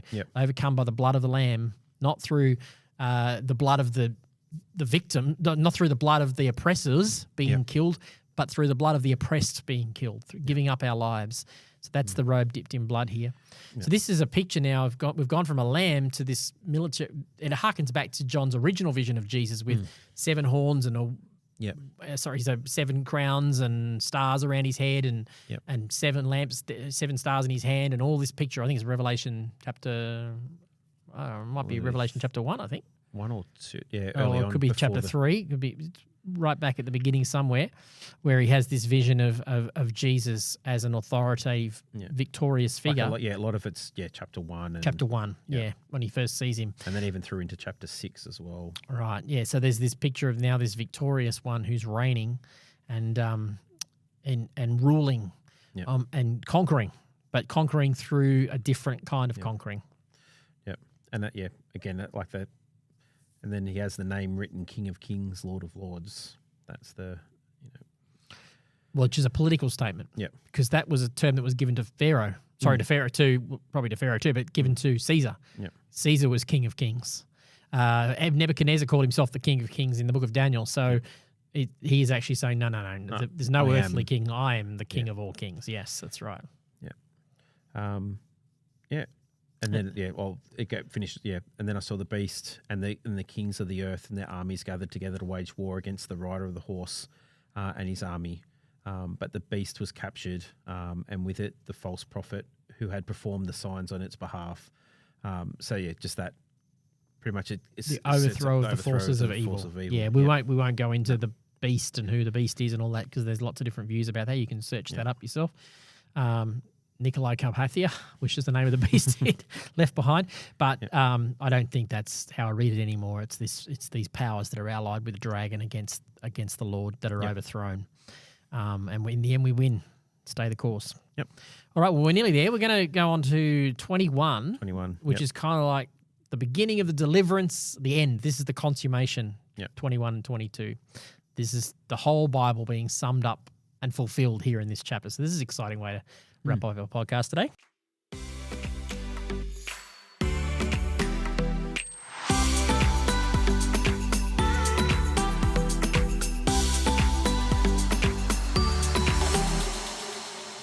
Okay, chapter 21. And the wrap up of our breeze through Revelation.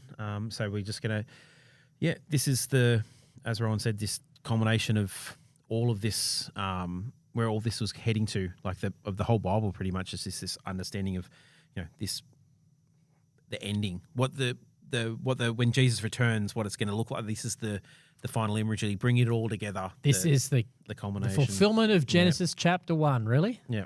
It's the full arc, to the end. It starts off 21, and then I saw a new heaven and a new earth. Well, hello, that sounds familiar, doesn't it? Yeah. In the beginning, God created the what? Heavens and the earth. Okay, there we go. The first heaven and the first earth had passed away, and there was no longer any sea.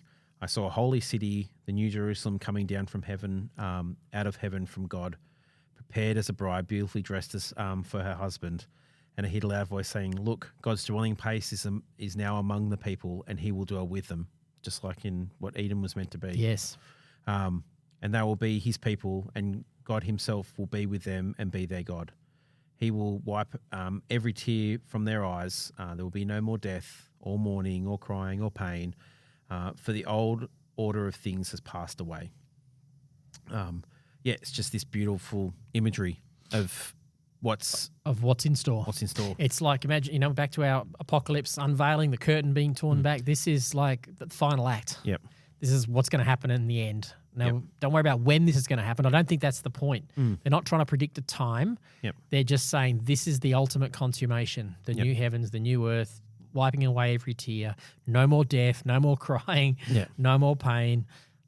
Hold that vision in your heart, folks, is what it's saying. Yeah.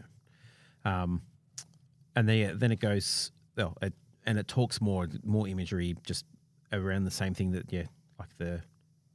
pretty much that everything has come to be. And says I'm the Alpha and the Omega, the beginning and the end.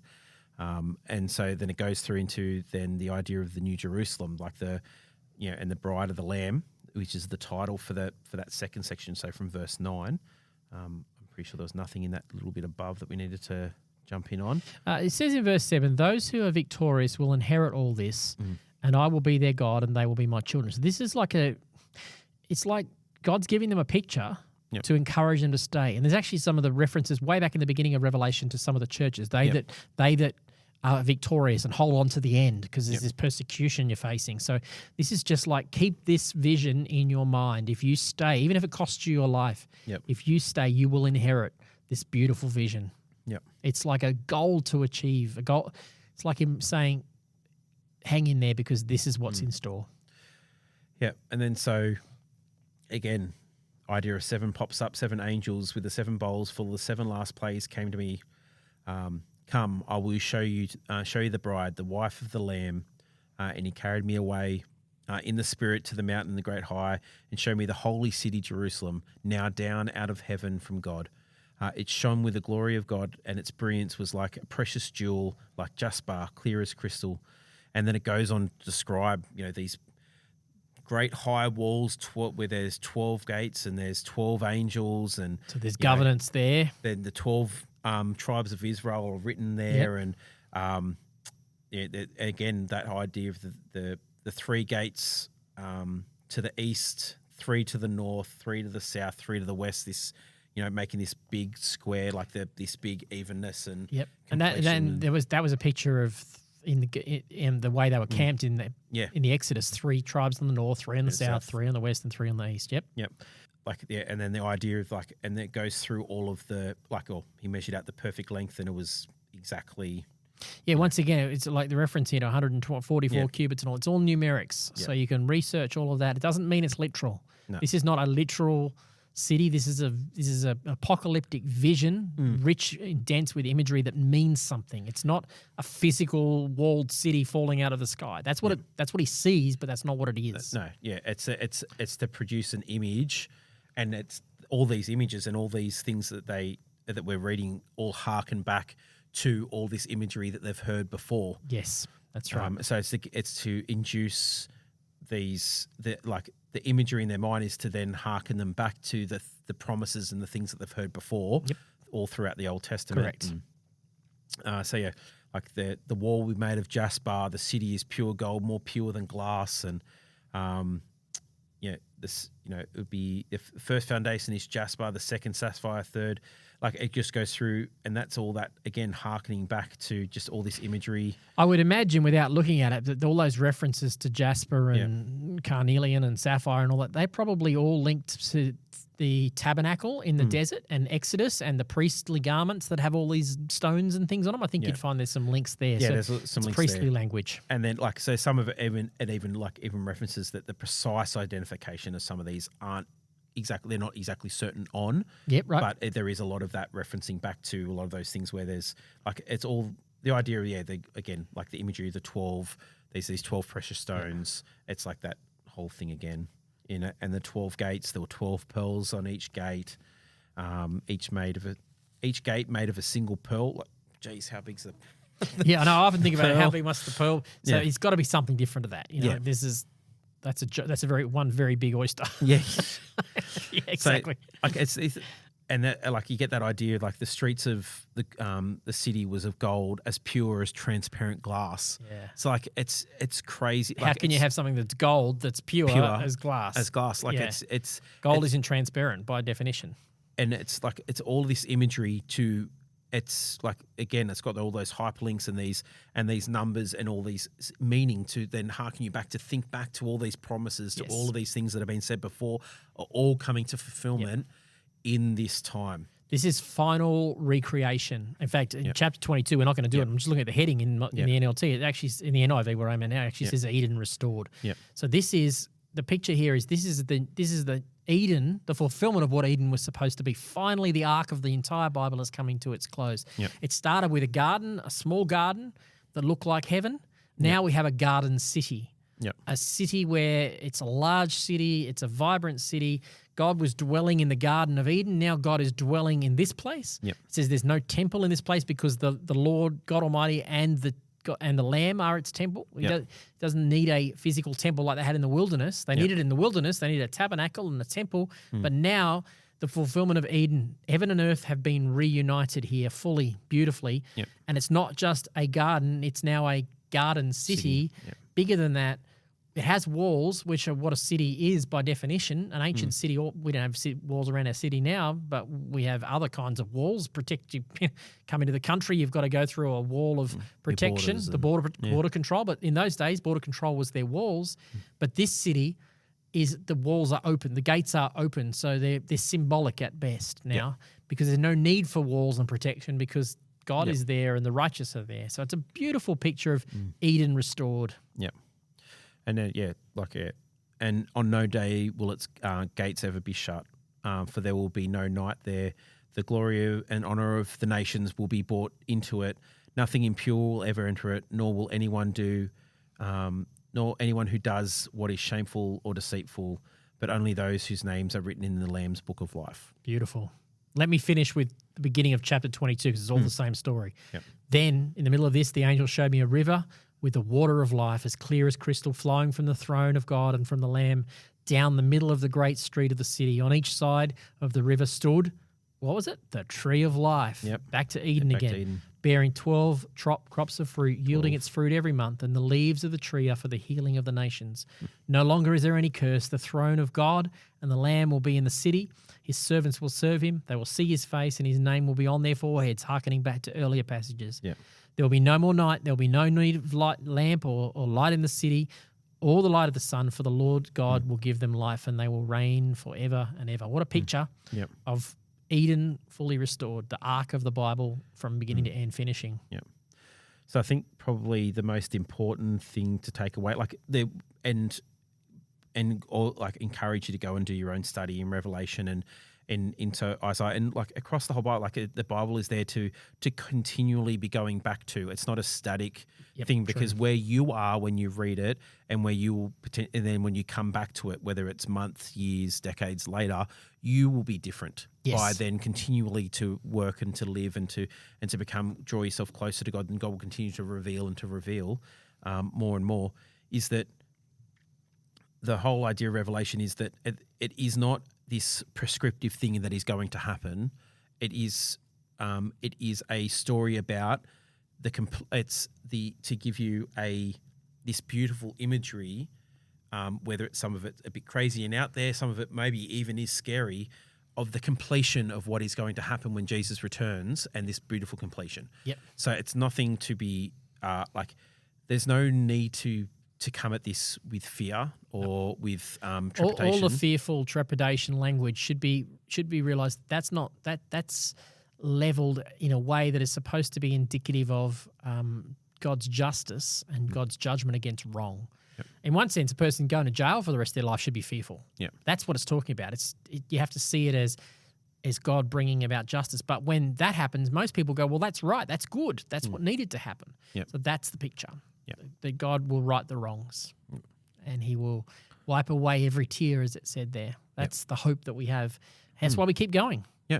That's why we shouldn't spend so much time worrying about, how dark the world is and how dark the times are.